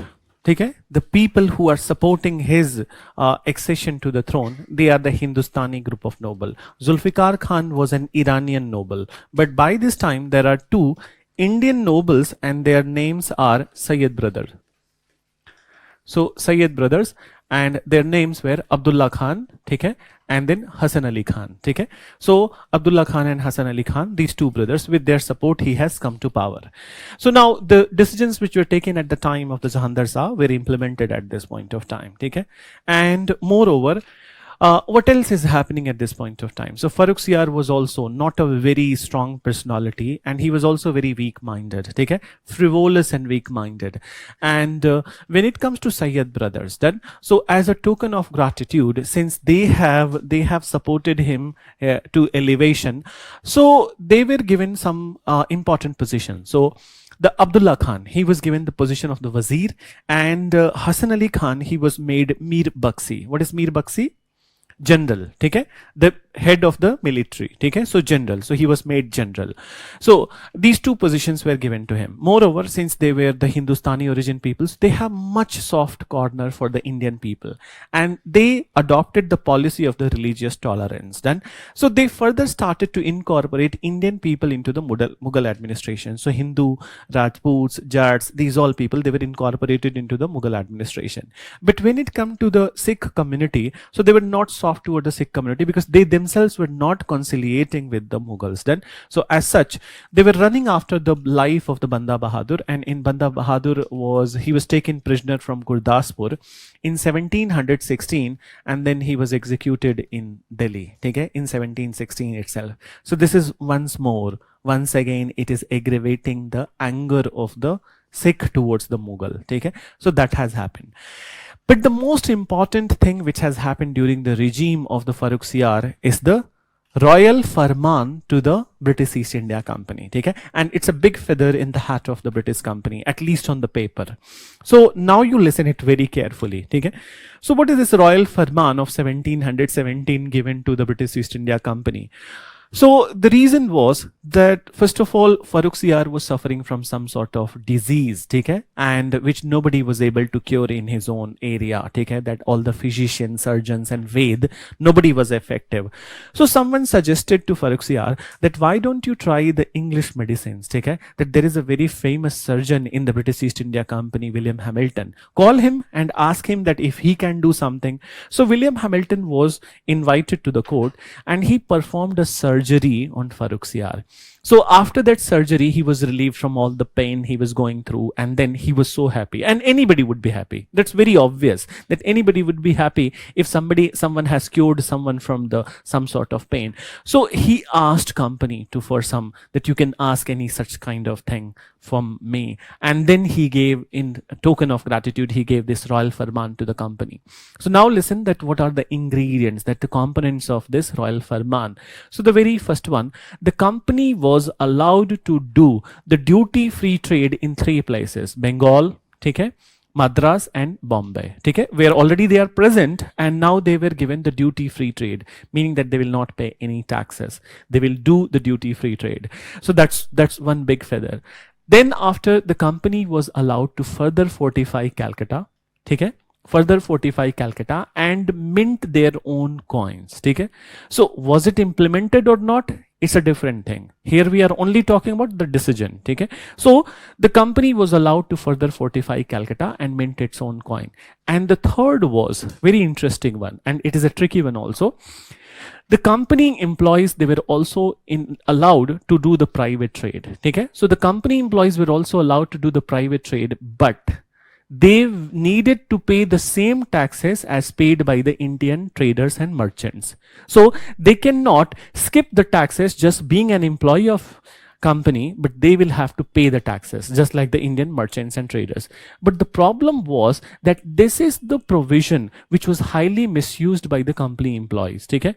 For doing the private trade, they misused the royal farman and they never paid the taxes, okay. So let me tell you that how it must have happened. So suppose company has some products, okay. Suppose that company, and not suppose, it's a real thing, that company has one of the very important product, that was a tea.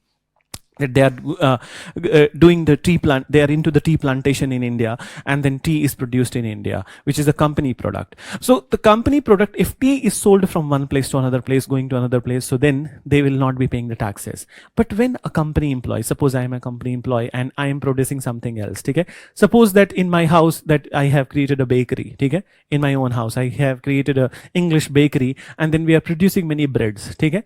But what happens that this is not the product of the company, ये मेरे घर वाले बना रहे हैं, ठीक है, but I am selling to the people by the name that this is an additional product of the company, ठीक है, and it will not attract any taxes.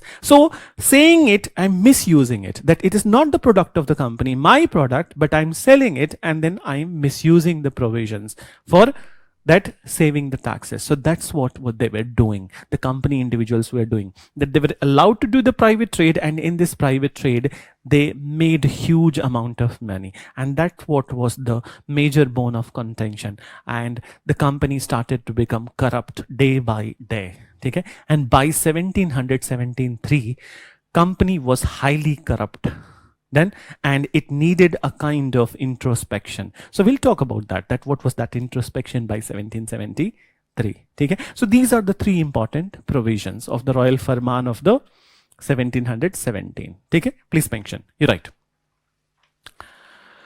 So do you want to write that the decisions were taken Jahandar Shah's time implemented? Yeah, likh lo, okay? So the decisions, those decisions which were taken at the time of, those decisions which were taken at the time of Jahandar Shah was implemented at this time,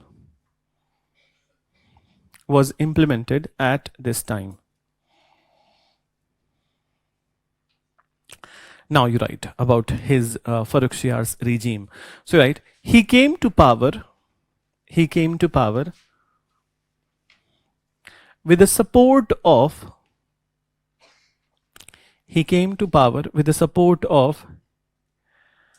Hindustani noble Sayyid brothers.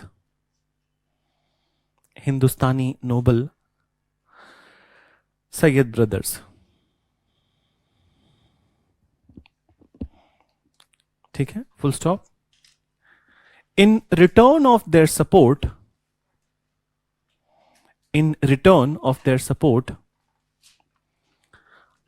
Abdullah Khan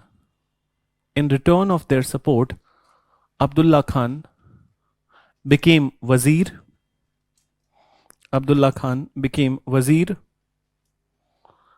And Hasan Ali Khan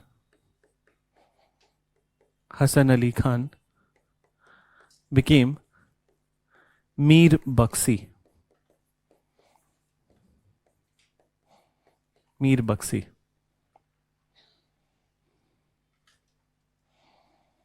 Done. Then next you write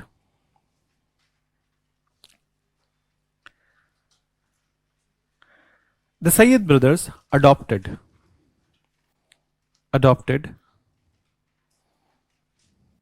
tolerant attitude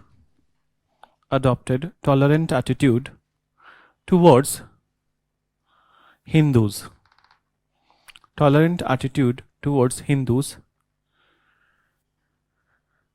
And started to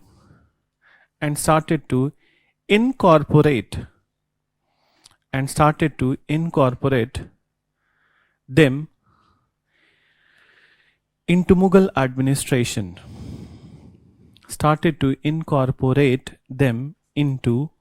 Mughal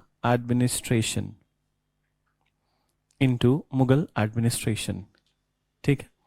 Then next you write, but they were not soft towards the Sikh leader.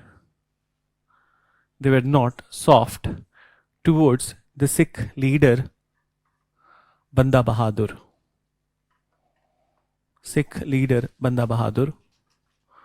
Who was taken prisoner from Gurdaspur, Gurdaspur, and executed at Delhi. And executed at Delhi. Now you write a subheading, Royal Farman of 1717. So please mention the next one. Royal Farman to East India Company. ठीक है, 1717. Royal Farman to East India Company, 1717. You write, a British surgeon, William Hamilton,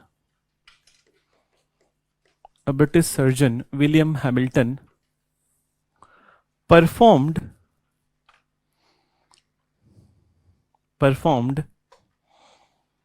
surgery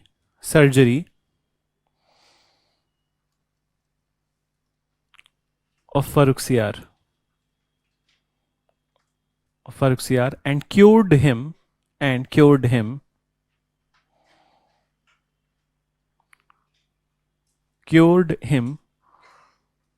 from the disease which he was suffering. Cured him from the disease which he was suffering.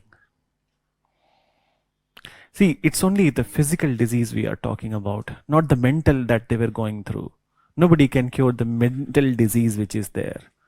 So it's all about the physical disease. Okay? I hope you understand. So then you write, as a token of gratitude,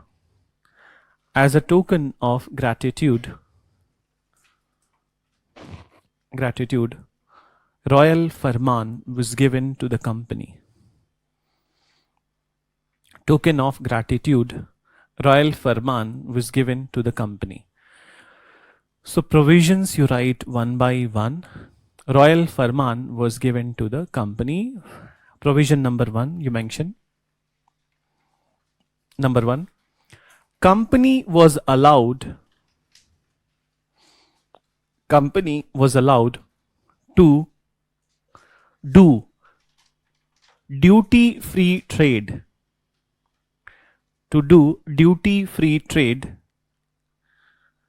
In Bengal, Bombay and Madras.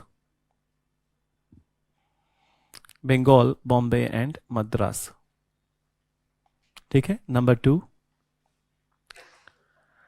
company was allowed, second provision. So company was allowed to further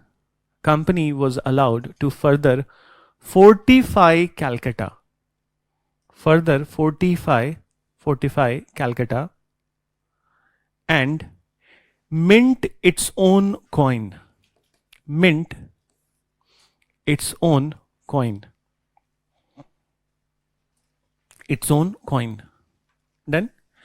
Then next you write, the company servants, third point you are writing. Okay? So the company servants, just this is the last point. Okay? I'll give you a break after this. Okay? So the company servants were also allowed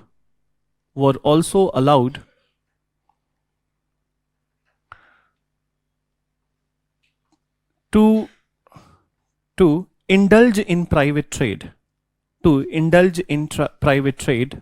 but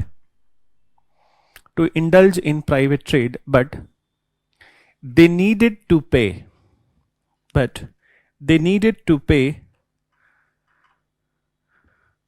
the same taxes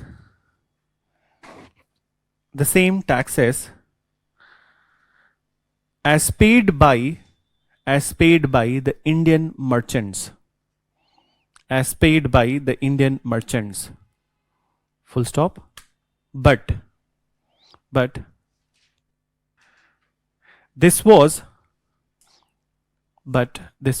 highly misused provision. highly misused provision, and it led to high level of corruption, ठीक है. So you can take break and then after we'll continue with the topic. ठीक है, चलो. So the now next thing is basically the elimination of Farrukhsiyar. So now these all initiatives have been taken at the time of the Farrukhsiyar, and finally the problem with the Farrukhsiyar, he was very weak on his ears, and then also moreover that over the period he started to become a little bit circumspect about the intention of the Sayyid brothers, and he started to plan to eliminate the Sayyid brothers. Okay? So when Sayyid brothers got to know about this, that emperor himself is planning to remove them, so they proved to be very clever, and they made some sort of alliance with the Balaji Vishwanath. Okay? And then what they did, that they dethroned Farrukhsiyar from the position of the emperor, and then they blinded him, and then they brutally killed him. So this is the first time in the Mughal history that a noble is killing the emperor. Earlier it has happened that the brothers are killing the brothers, take care, from the same family, but nobles are not killing the emperor. So this was basically a new thing which has happened in the Mughal court, and it also created a kind of a reign of terror. Take care? So reign of terror. So soon after the death of the Farrukhsiyar, in a quick succession, two people were appointed to the throne. So, very beginning, there was a person who was known as Rafiud-Dawla and Rafiud-Darjat. So, these two were appointed. We don't need to write anything about them because they stayed in power for just 2-3 months. And the very first person, Rafiud-Dawla, he ascended to the power. So, he was so happy. He was not expecting that he could become the emperor, but he became emperor. And he ate so much that he went through dysentery and died because of that. So, Pehla Bichara, and then second one, that Rafiud Darjat, okay? So he was also so happy that he took so much of opium that he died because of that, okay? So you know that ki wahi hai ki nasa jada matlab khatarnak hota hai. So then these two died, and finally the last option was left, that there was a prince, his name was Roshan Akhtar, okay? So now he ascended to the throne with the name of the Muhammad Shah. So Muhammad Shah has come to power in 1719, and he's going to stay for a very long time, 1748. Then, so by this time when Muhammad Shah has come to power, so there was a feeling among the noble groups. All the noble groups, they were earlier divided. But this point of time, looking at the reign of terror resorted by the Sayyid brothers, they wanted to eliminate Sayyid brothers. Okay? All of them were wary of the growing power of the Sayyid brothers, and they wanted to eliminate him. And this point of time, there was a very powerful noble from the Turkish group, and his name was Asaf Jah. Okay? So I'm just telling you the short name of Asaf Jah, but he has a very big name, Chin Kelej Khan Nizamul Mulk Asaf Jah. Okay?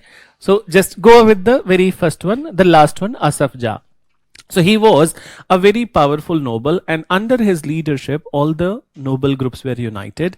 And in fact, the Muhammad Shah himself wanted to get rid of the Sayyid brothers. So as such, in 1720, one by one, these two brothers were eliminated. Okay? And then we say that what is going to start in the Mughal history that has not been seen even in the past itself. So what is that? We'll discuss later. First you write about the killing of the Farrukhsiyar. So you mentioned next line. So you write, Farrukhsiyar became doubtful. Farrukhsiyar became doubtful about the intention. Became doubtful about the intention of Sayyid brothers.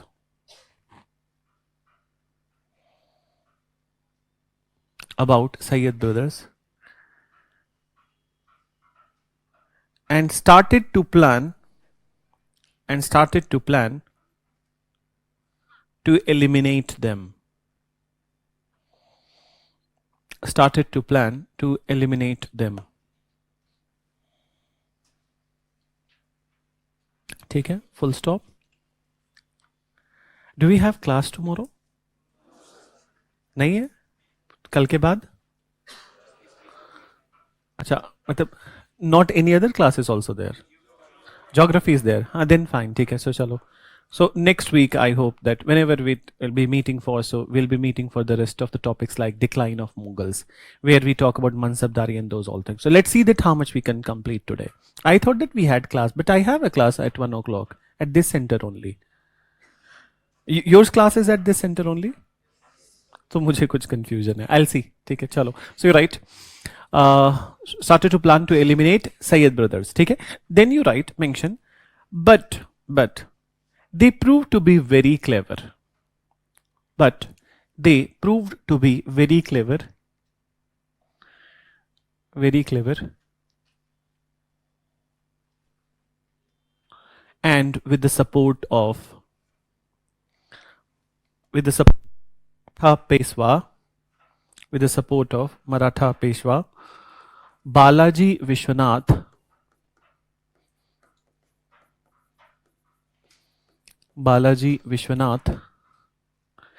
they dethroned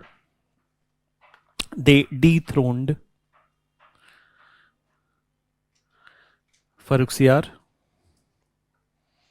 They dethroned Farrukhsiyar.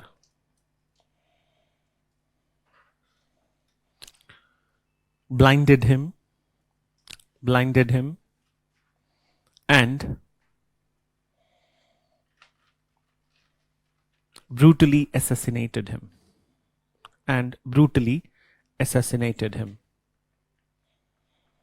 Assassinated. ठीक है? Then you mention the next emperor's name. So you write Muhammad Shah.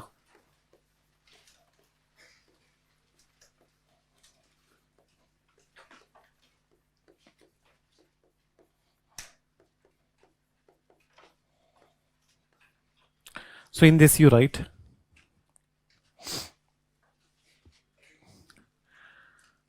during his time,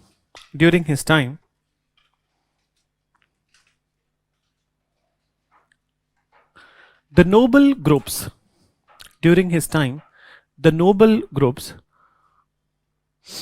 got united.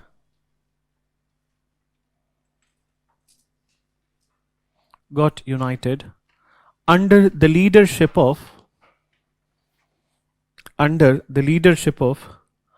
Asaf Jah. Under the leadership of Asaf Jah. Full stop. They were very, W-A-R-Y. They were wary of growing power. They were wary of growing power of Sayyid brothers. Growing power of Sayyid brothers. And wanted to eliminate them.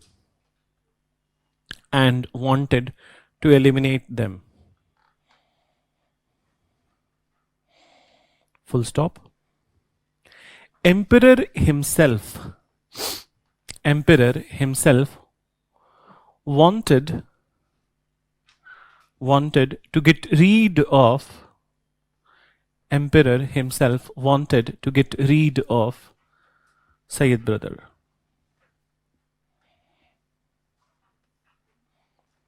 Full stop. As such, by 1720, the two brothers were eliminated one by one.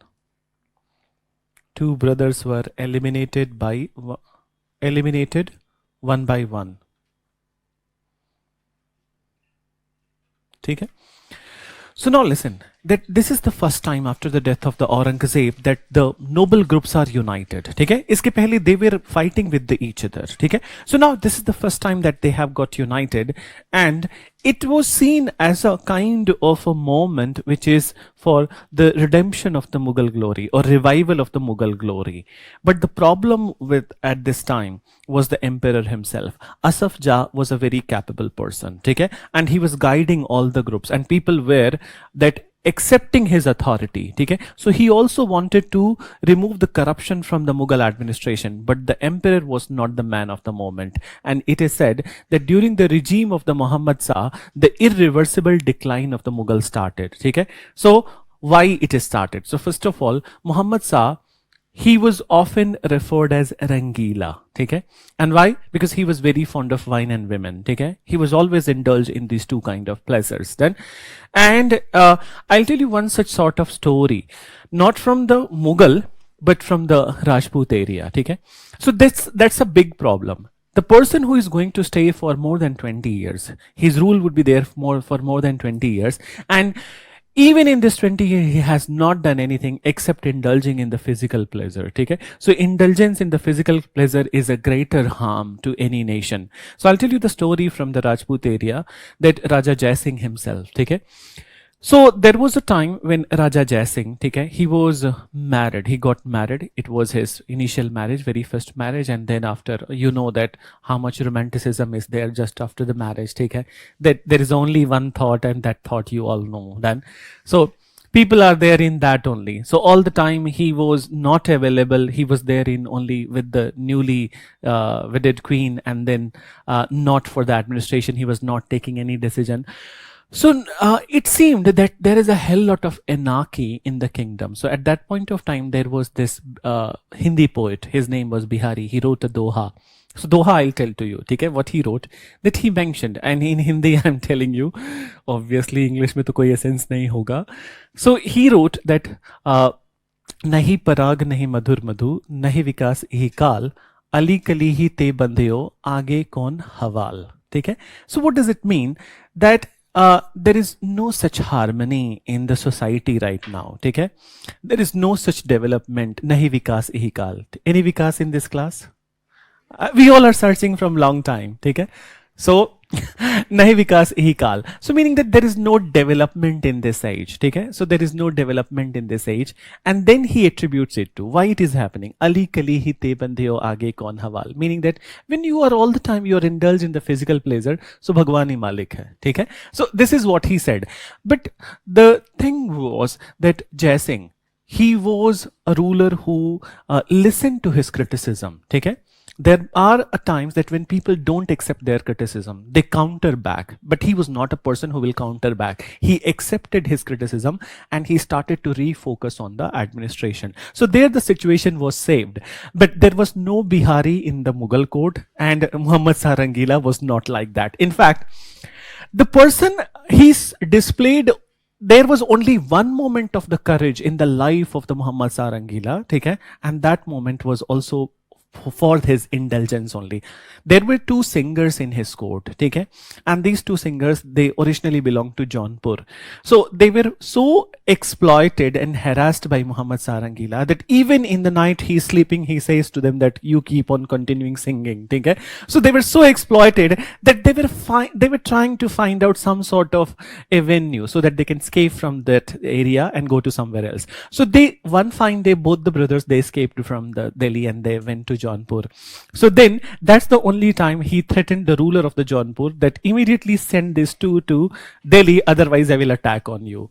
There was no other instance. Okay? So that was Muhammad Shah Rangila. So because of this, that irreversible decline has happened. And moreover, that Asaf Jah, who was the Wazir of the kingdom, he resigned from the position of the Wazir.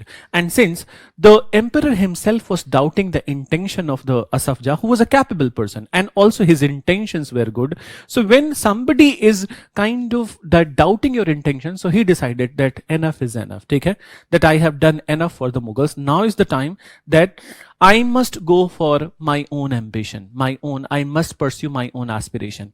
And the Mughal kingdom started to break up. So earlier, when Farrukhsiyar has taken that particular decision of the royal Farman, that point of time, there was one governor of the Bengal. His name was Murshid Quli Khan. He was not happy with that royal Farman, and he actually protested against that royal Farman, and he created autonomous state of Bengal in 1717. So now it was an inspiration to the people, the powerful nobles at this point of time. So 1722, a noble named as very powerful noble Sadat Khan, he created Awadh. And in 1724, Nizamul Mulk Asaf Jah, he created Hyderabad. So that's how the Mughal kingdom is breaking up at this point of time. Please mention. So you write that it was the time, change paragraph and then you mention. It was the time to revive the Mughal glory. It was the time to revive the Mughal glory. Mughal glory, but the emperor was not the man of moment. Man of moment. ठीक है, full stop. He was weak-minded, frivolous,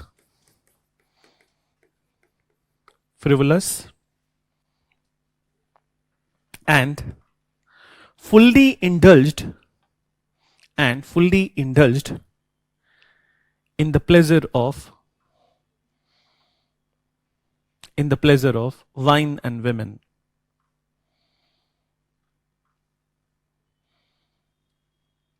Done? Then you mention he was often referred as Rangila.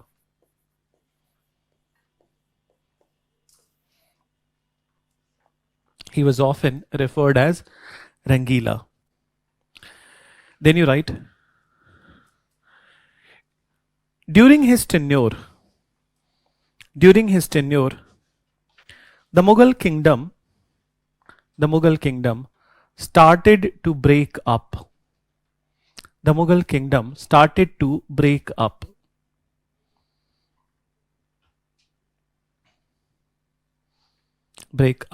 And many semi-independent, autonomous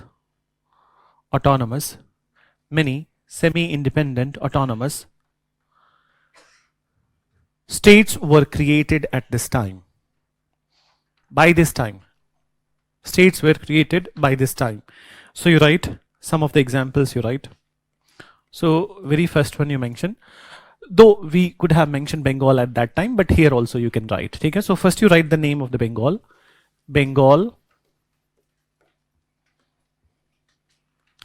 In 1717 by, so you write the name of the people also who are responsible for it. So by Murshid Quli Khan.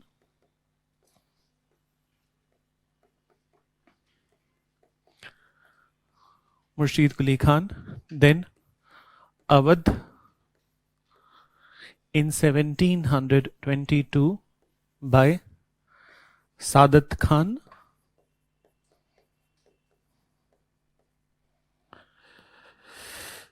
And Hyderabad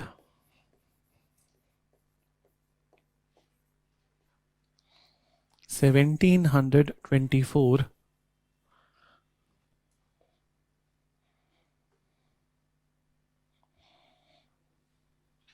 by Chin Kilich Khan. And you write the original name for the very first place. At the very first place, we can write Asaf Jah then onwards. Okay? So Chin Kilich Khan, he was popularly known as Asaf Jah. Okay?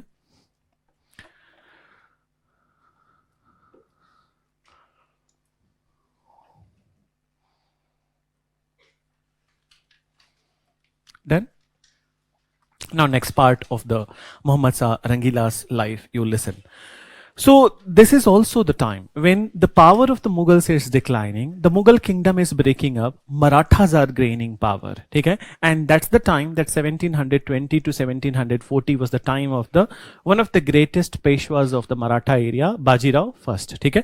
So we'll talk about him in a greater detail, and many a times he has threatened Mughals at this place. But the major blow to the Mughal rule has happened due to the invasion of the Nadir Shah of Persia. So there is an interesting aspect over here.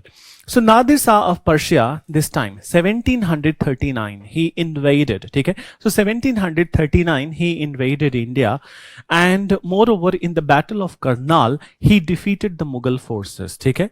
But you know, in a battle scenario obviously there are casualties from both the sides. One may suffer a lot, one may suffer a little bit. So Nadir Shah suffered a little bit of loss. Handful of his soldiers were killed, but he wanted to take the revenge of killing of that handful of soldiers, and for that he entered into the royal city of Delhi, okay? And he did a terrible massacre on the streets of Delhi. Large number of civilians were killed. Then so civilians were killed and the markets were looted, people were looted, their possessions were looted. And if that was not enough, so then he looted one of the most prized possession of India, okay? That was the Shah Jahan's peacock throne. So Shah Jahan's peacock throne, the focal point of the Shah Jahan's peacock throne, that in the mid of that there was this diamond, okay? The Kohinoor, okay? So the Kohinoor diamond, which was the focus of that particular peacock throne, and he took it away, okay?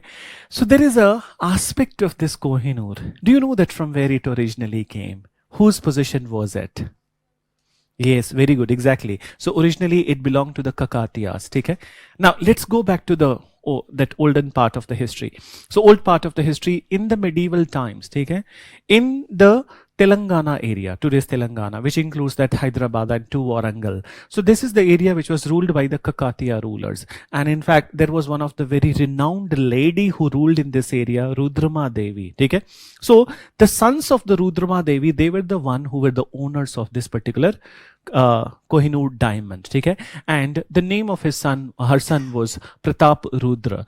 So what is the speciality of the Kohinoor? That it was the single largest diamond found till this date in the world. Nowhere in the world has that there has been a bigger diamond, one piece diamond, which has been found. And it's original. It was more than 900 carats, very close to 1000 carat. And so very close to 1000 carat. So now what happened, that this particular diamond, it was then when Alauddin Khilji started to invade the Warangal, which was the capital of the Kakatiyas. So when he started to invade, so at this point of time, Pratap Rudra gifted him, okay, that in return that he must not raid the Warangal area or Kakatiya area. So Alauddin Khilji, though he's not in a good books, okay, but he kept his promise. He did not invade it. But later on what has happened, that it is Muhammad bin Tughlaq who killed Pratap Rudra. Then, and it became the possession of the Delhi Sultanate. So from Delhi Sultanate, from Alauddin Khilji, Khiljis to, it has gone to Tughlaqs, from Tughlaqs to Sayyids to Lodhis, and then from Lodhis to Mughal. Okay? So from Mughal. But the problem with this Kohinoor is that it is a very cursed kind of, the myth which is associated with the diamond, it is a cursed stone. It is considered as a cursed stone. And the story is like that whoever wants to make some sort of development with this Kohinoor diamond and tries to put it on their head, so something unfortunate will happen with them. And same happened with the Alauddin Khilji. So Alauddin Khilji, looking at this stone, he has this intention, okay? He wanted to become the universal emperor. And in fact, that he was inspired with the Genghis Khan. So he wanted to become the emperor like him. But he was proscribed by his Qazi and his prophesizer that if you do that, you will die. And one fine day, he created a stone, that he created a throne, that crown of that, and then he tried to put on his head, and then he was terminally ill. So Alauddin Khilji died after that. And then after, Tughlaqs were not touching it for the purpose of the crown, and that's how Tughlaq survived for more than 90 years. Okay? But in the last end of the Tughlaqs, when those weak successors, they were there, they tried to use this particular stone. their rule also came to an end. And same is true about the Sayyids and the Lodhis. When anybody tried to use it on the head, so they died. And finally, it has landed to the Mughals, and from Mughal, it has passed on to Akbar, to Jahangir, to Shah Jahan, and then finally, Shah Jahan, what he did, that he has looked at the past, that what has happened. So rather than putting it in a crown, what he did, he installed it in the throne. Okay, so he installed it in the throne, but the after effect of that same was there, because after these all installation, his own sons started fighting. He himself was house imprisoned, okay, house arrested. And then Aurangzeb, there is a one good thing about Aurangzeb, that Aurangzeb did all the fanatic things, but he lived a life of not a luxury. Okay, he lived like an ordinary ruler. Okay, not wearing so many things. So he never had a vibe for the Kohinoor diamond that he must wear it. He never wear it. But when it has come to these people, these weak rulers, so often they were quoting that the good dancers, acha dance karo to ye mil jayega. So then finally it has gone to Nadir Shah of Persia. And Nadir Shah, actually the name Kohinoor was given by Nadir Shah. When he first saw this diamond, so he said En Kohinoor. And the meaning of this word, En Kohinoor, means that the mountain of the light. So mountain of the light. So he was the one who named it Kohinoor. And then by this time, one more thing has happened, that everybody has cut the size of the Kohinoor. Okay? 980 to now, right now it is 186. Okay? Somewhere around 186. So everybody tried to cut it. So it has passed to Nadir Shah, and Nadir Shah was so happy that he put it on his head and he died. Yeah, that's a reality. I'm not exaggerating it. He died, and then after his successor was Ahmad Shah Abdali. But during the tenure of the Ahmad Shah Abdali, there is a rise of that after some point of time when Abdali is dead, and then rise of the Punjab. Okay? So Punjab ruler Maharaja Ranjit Singh, he has got it. Okay? And he never used it away that the way it was prescribed. So he kept it as a possession, but later what he did, as a friendship gesture, he gifted it to he gave it to the Britishers, okay? And now it has gone to the British. But you know that British are one of the most clever, intelligent people, not without a reason. They are intelligent people. You know why? They looked at the past of the Kohinoor diamond, and what they observed, that all these mysteries and all these kind of unfortunate incidences have happened whenever any person, a man, has tried to put it on a crown. So they decided, now onwards, no man will wear it, a woman will wear it. They gave it to Queen and nothing happened.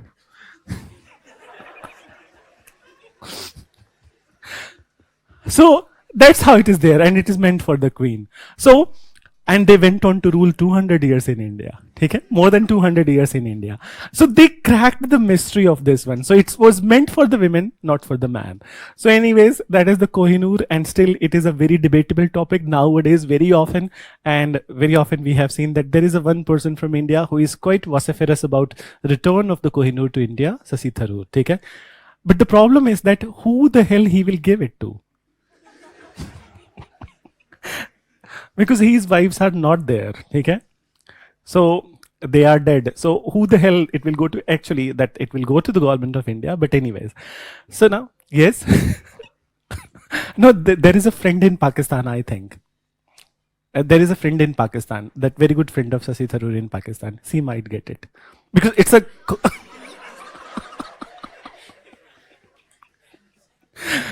So chalo, you write. Mention. So breakup tak लिख लिया है, ठीक है? And then you write in 1739. In 1739, the ruler of Persia, Nadir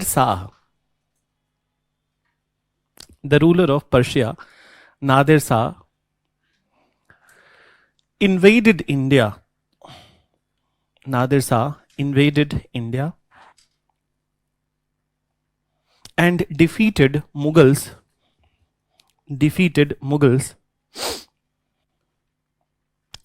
in Battle of Karnal. Defeated Mughals in Battle of Karnal. Full stop. Then you write, to take the revenge of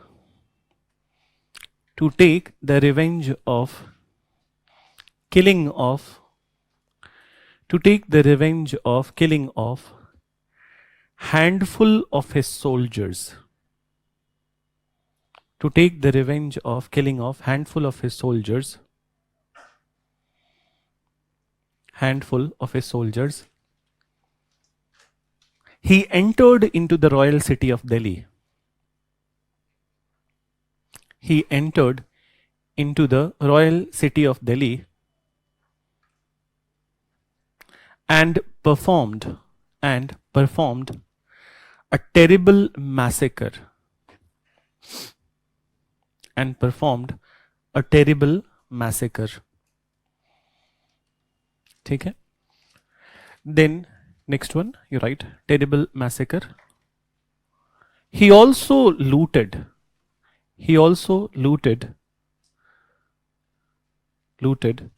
the very famous peacock throne of Shah Jahan. Peacock throne of Shah Jahan, which had, he also looted the very famous peacock throne of Shah Jahan, which had the Kohinoor diamond. Which had the Kohinoor diamond. Then, so this is about the Muhammad Shah Rangila's tenure, and finally he died in 1748. But just listen a little bit more. So before the death of the Muhammad Shah Rangila, already Nadir Shah is also dead, and the Nadir Shah's successor was Ahmad Shah Abdali. So it is Abdali who has dealt a severe blow to the Indian rulers, not just the Mughals, but also the Marathas. Okay? So Abdali invaded India 7 times, and his first invasion was at the time of the Muhammad Shah Rangila in 1748. Okay? So from here onwards, we will often talk about the Ahmad Shah Abdali. Okay? So Ahmad Shah Abdali. So 1748, when he has died, so then the ruler for the namesakes, they are coming to power. So then after, there is one coincidence. Coincidence is that there is this person who is an invader. His name is Ahmad Shah Abdali. And after the death of the Muhammad Shah Rangila, the Mughal emperor who is coming to power, his name is also Ahmad Shah.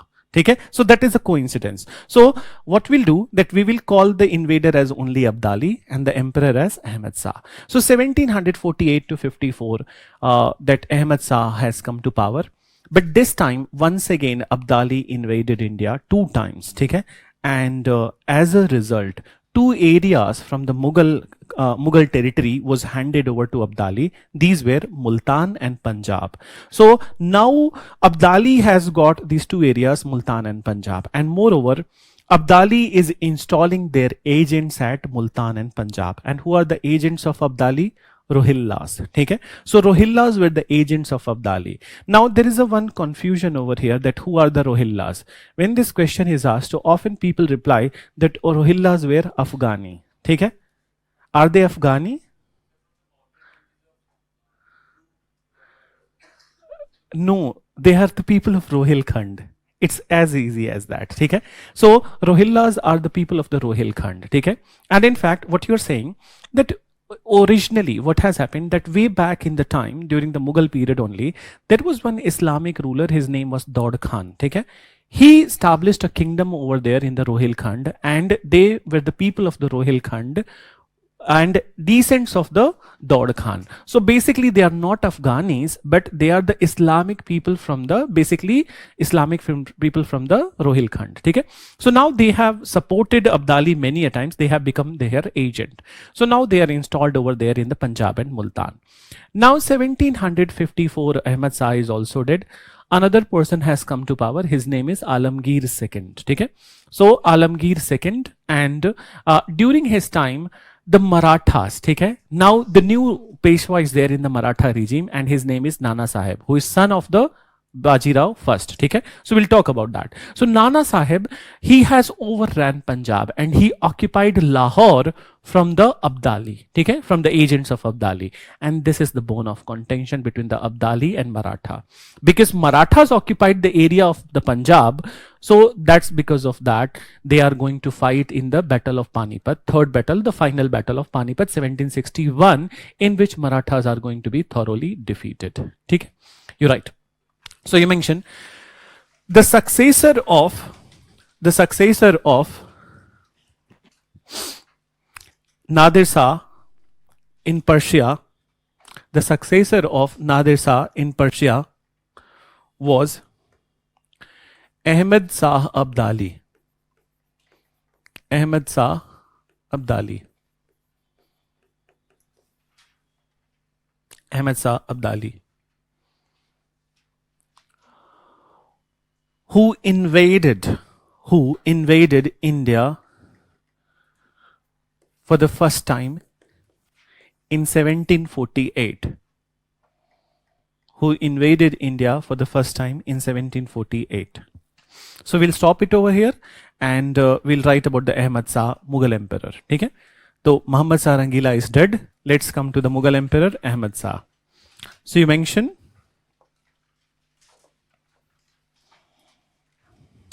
so as a title, Ahmad Shah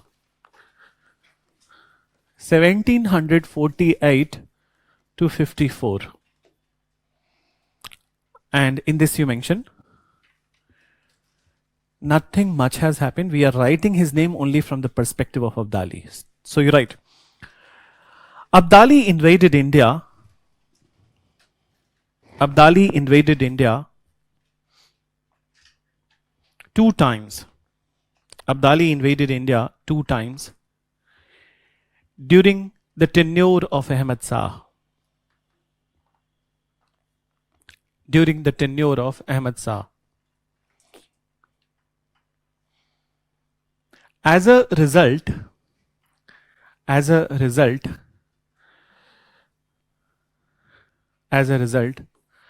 Punjab and Multan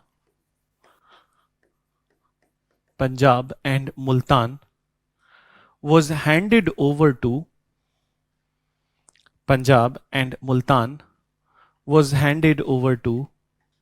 Abdali.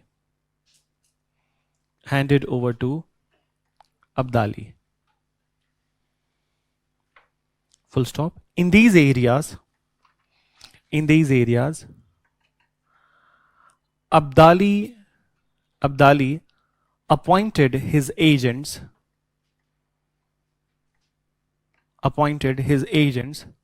Rohillas.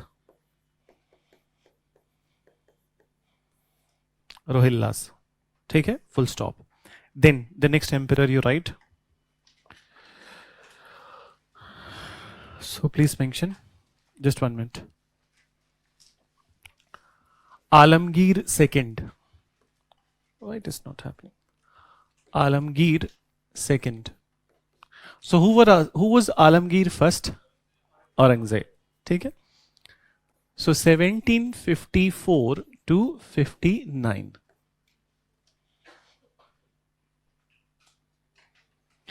You write. During his tenure, Marathas overran Punjab. During his tenure, Marathas overran Punjab and occupied Lahore.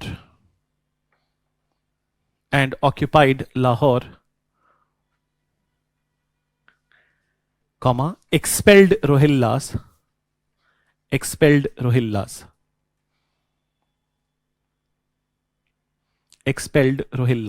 ठीक है, full stop. It became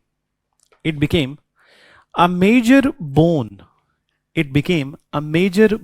Of contention.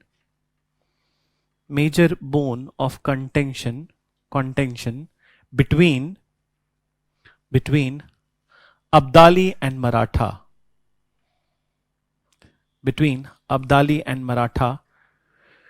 Which resulted into Third Battle of Panipat.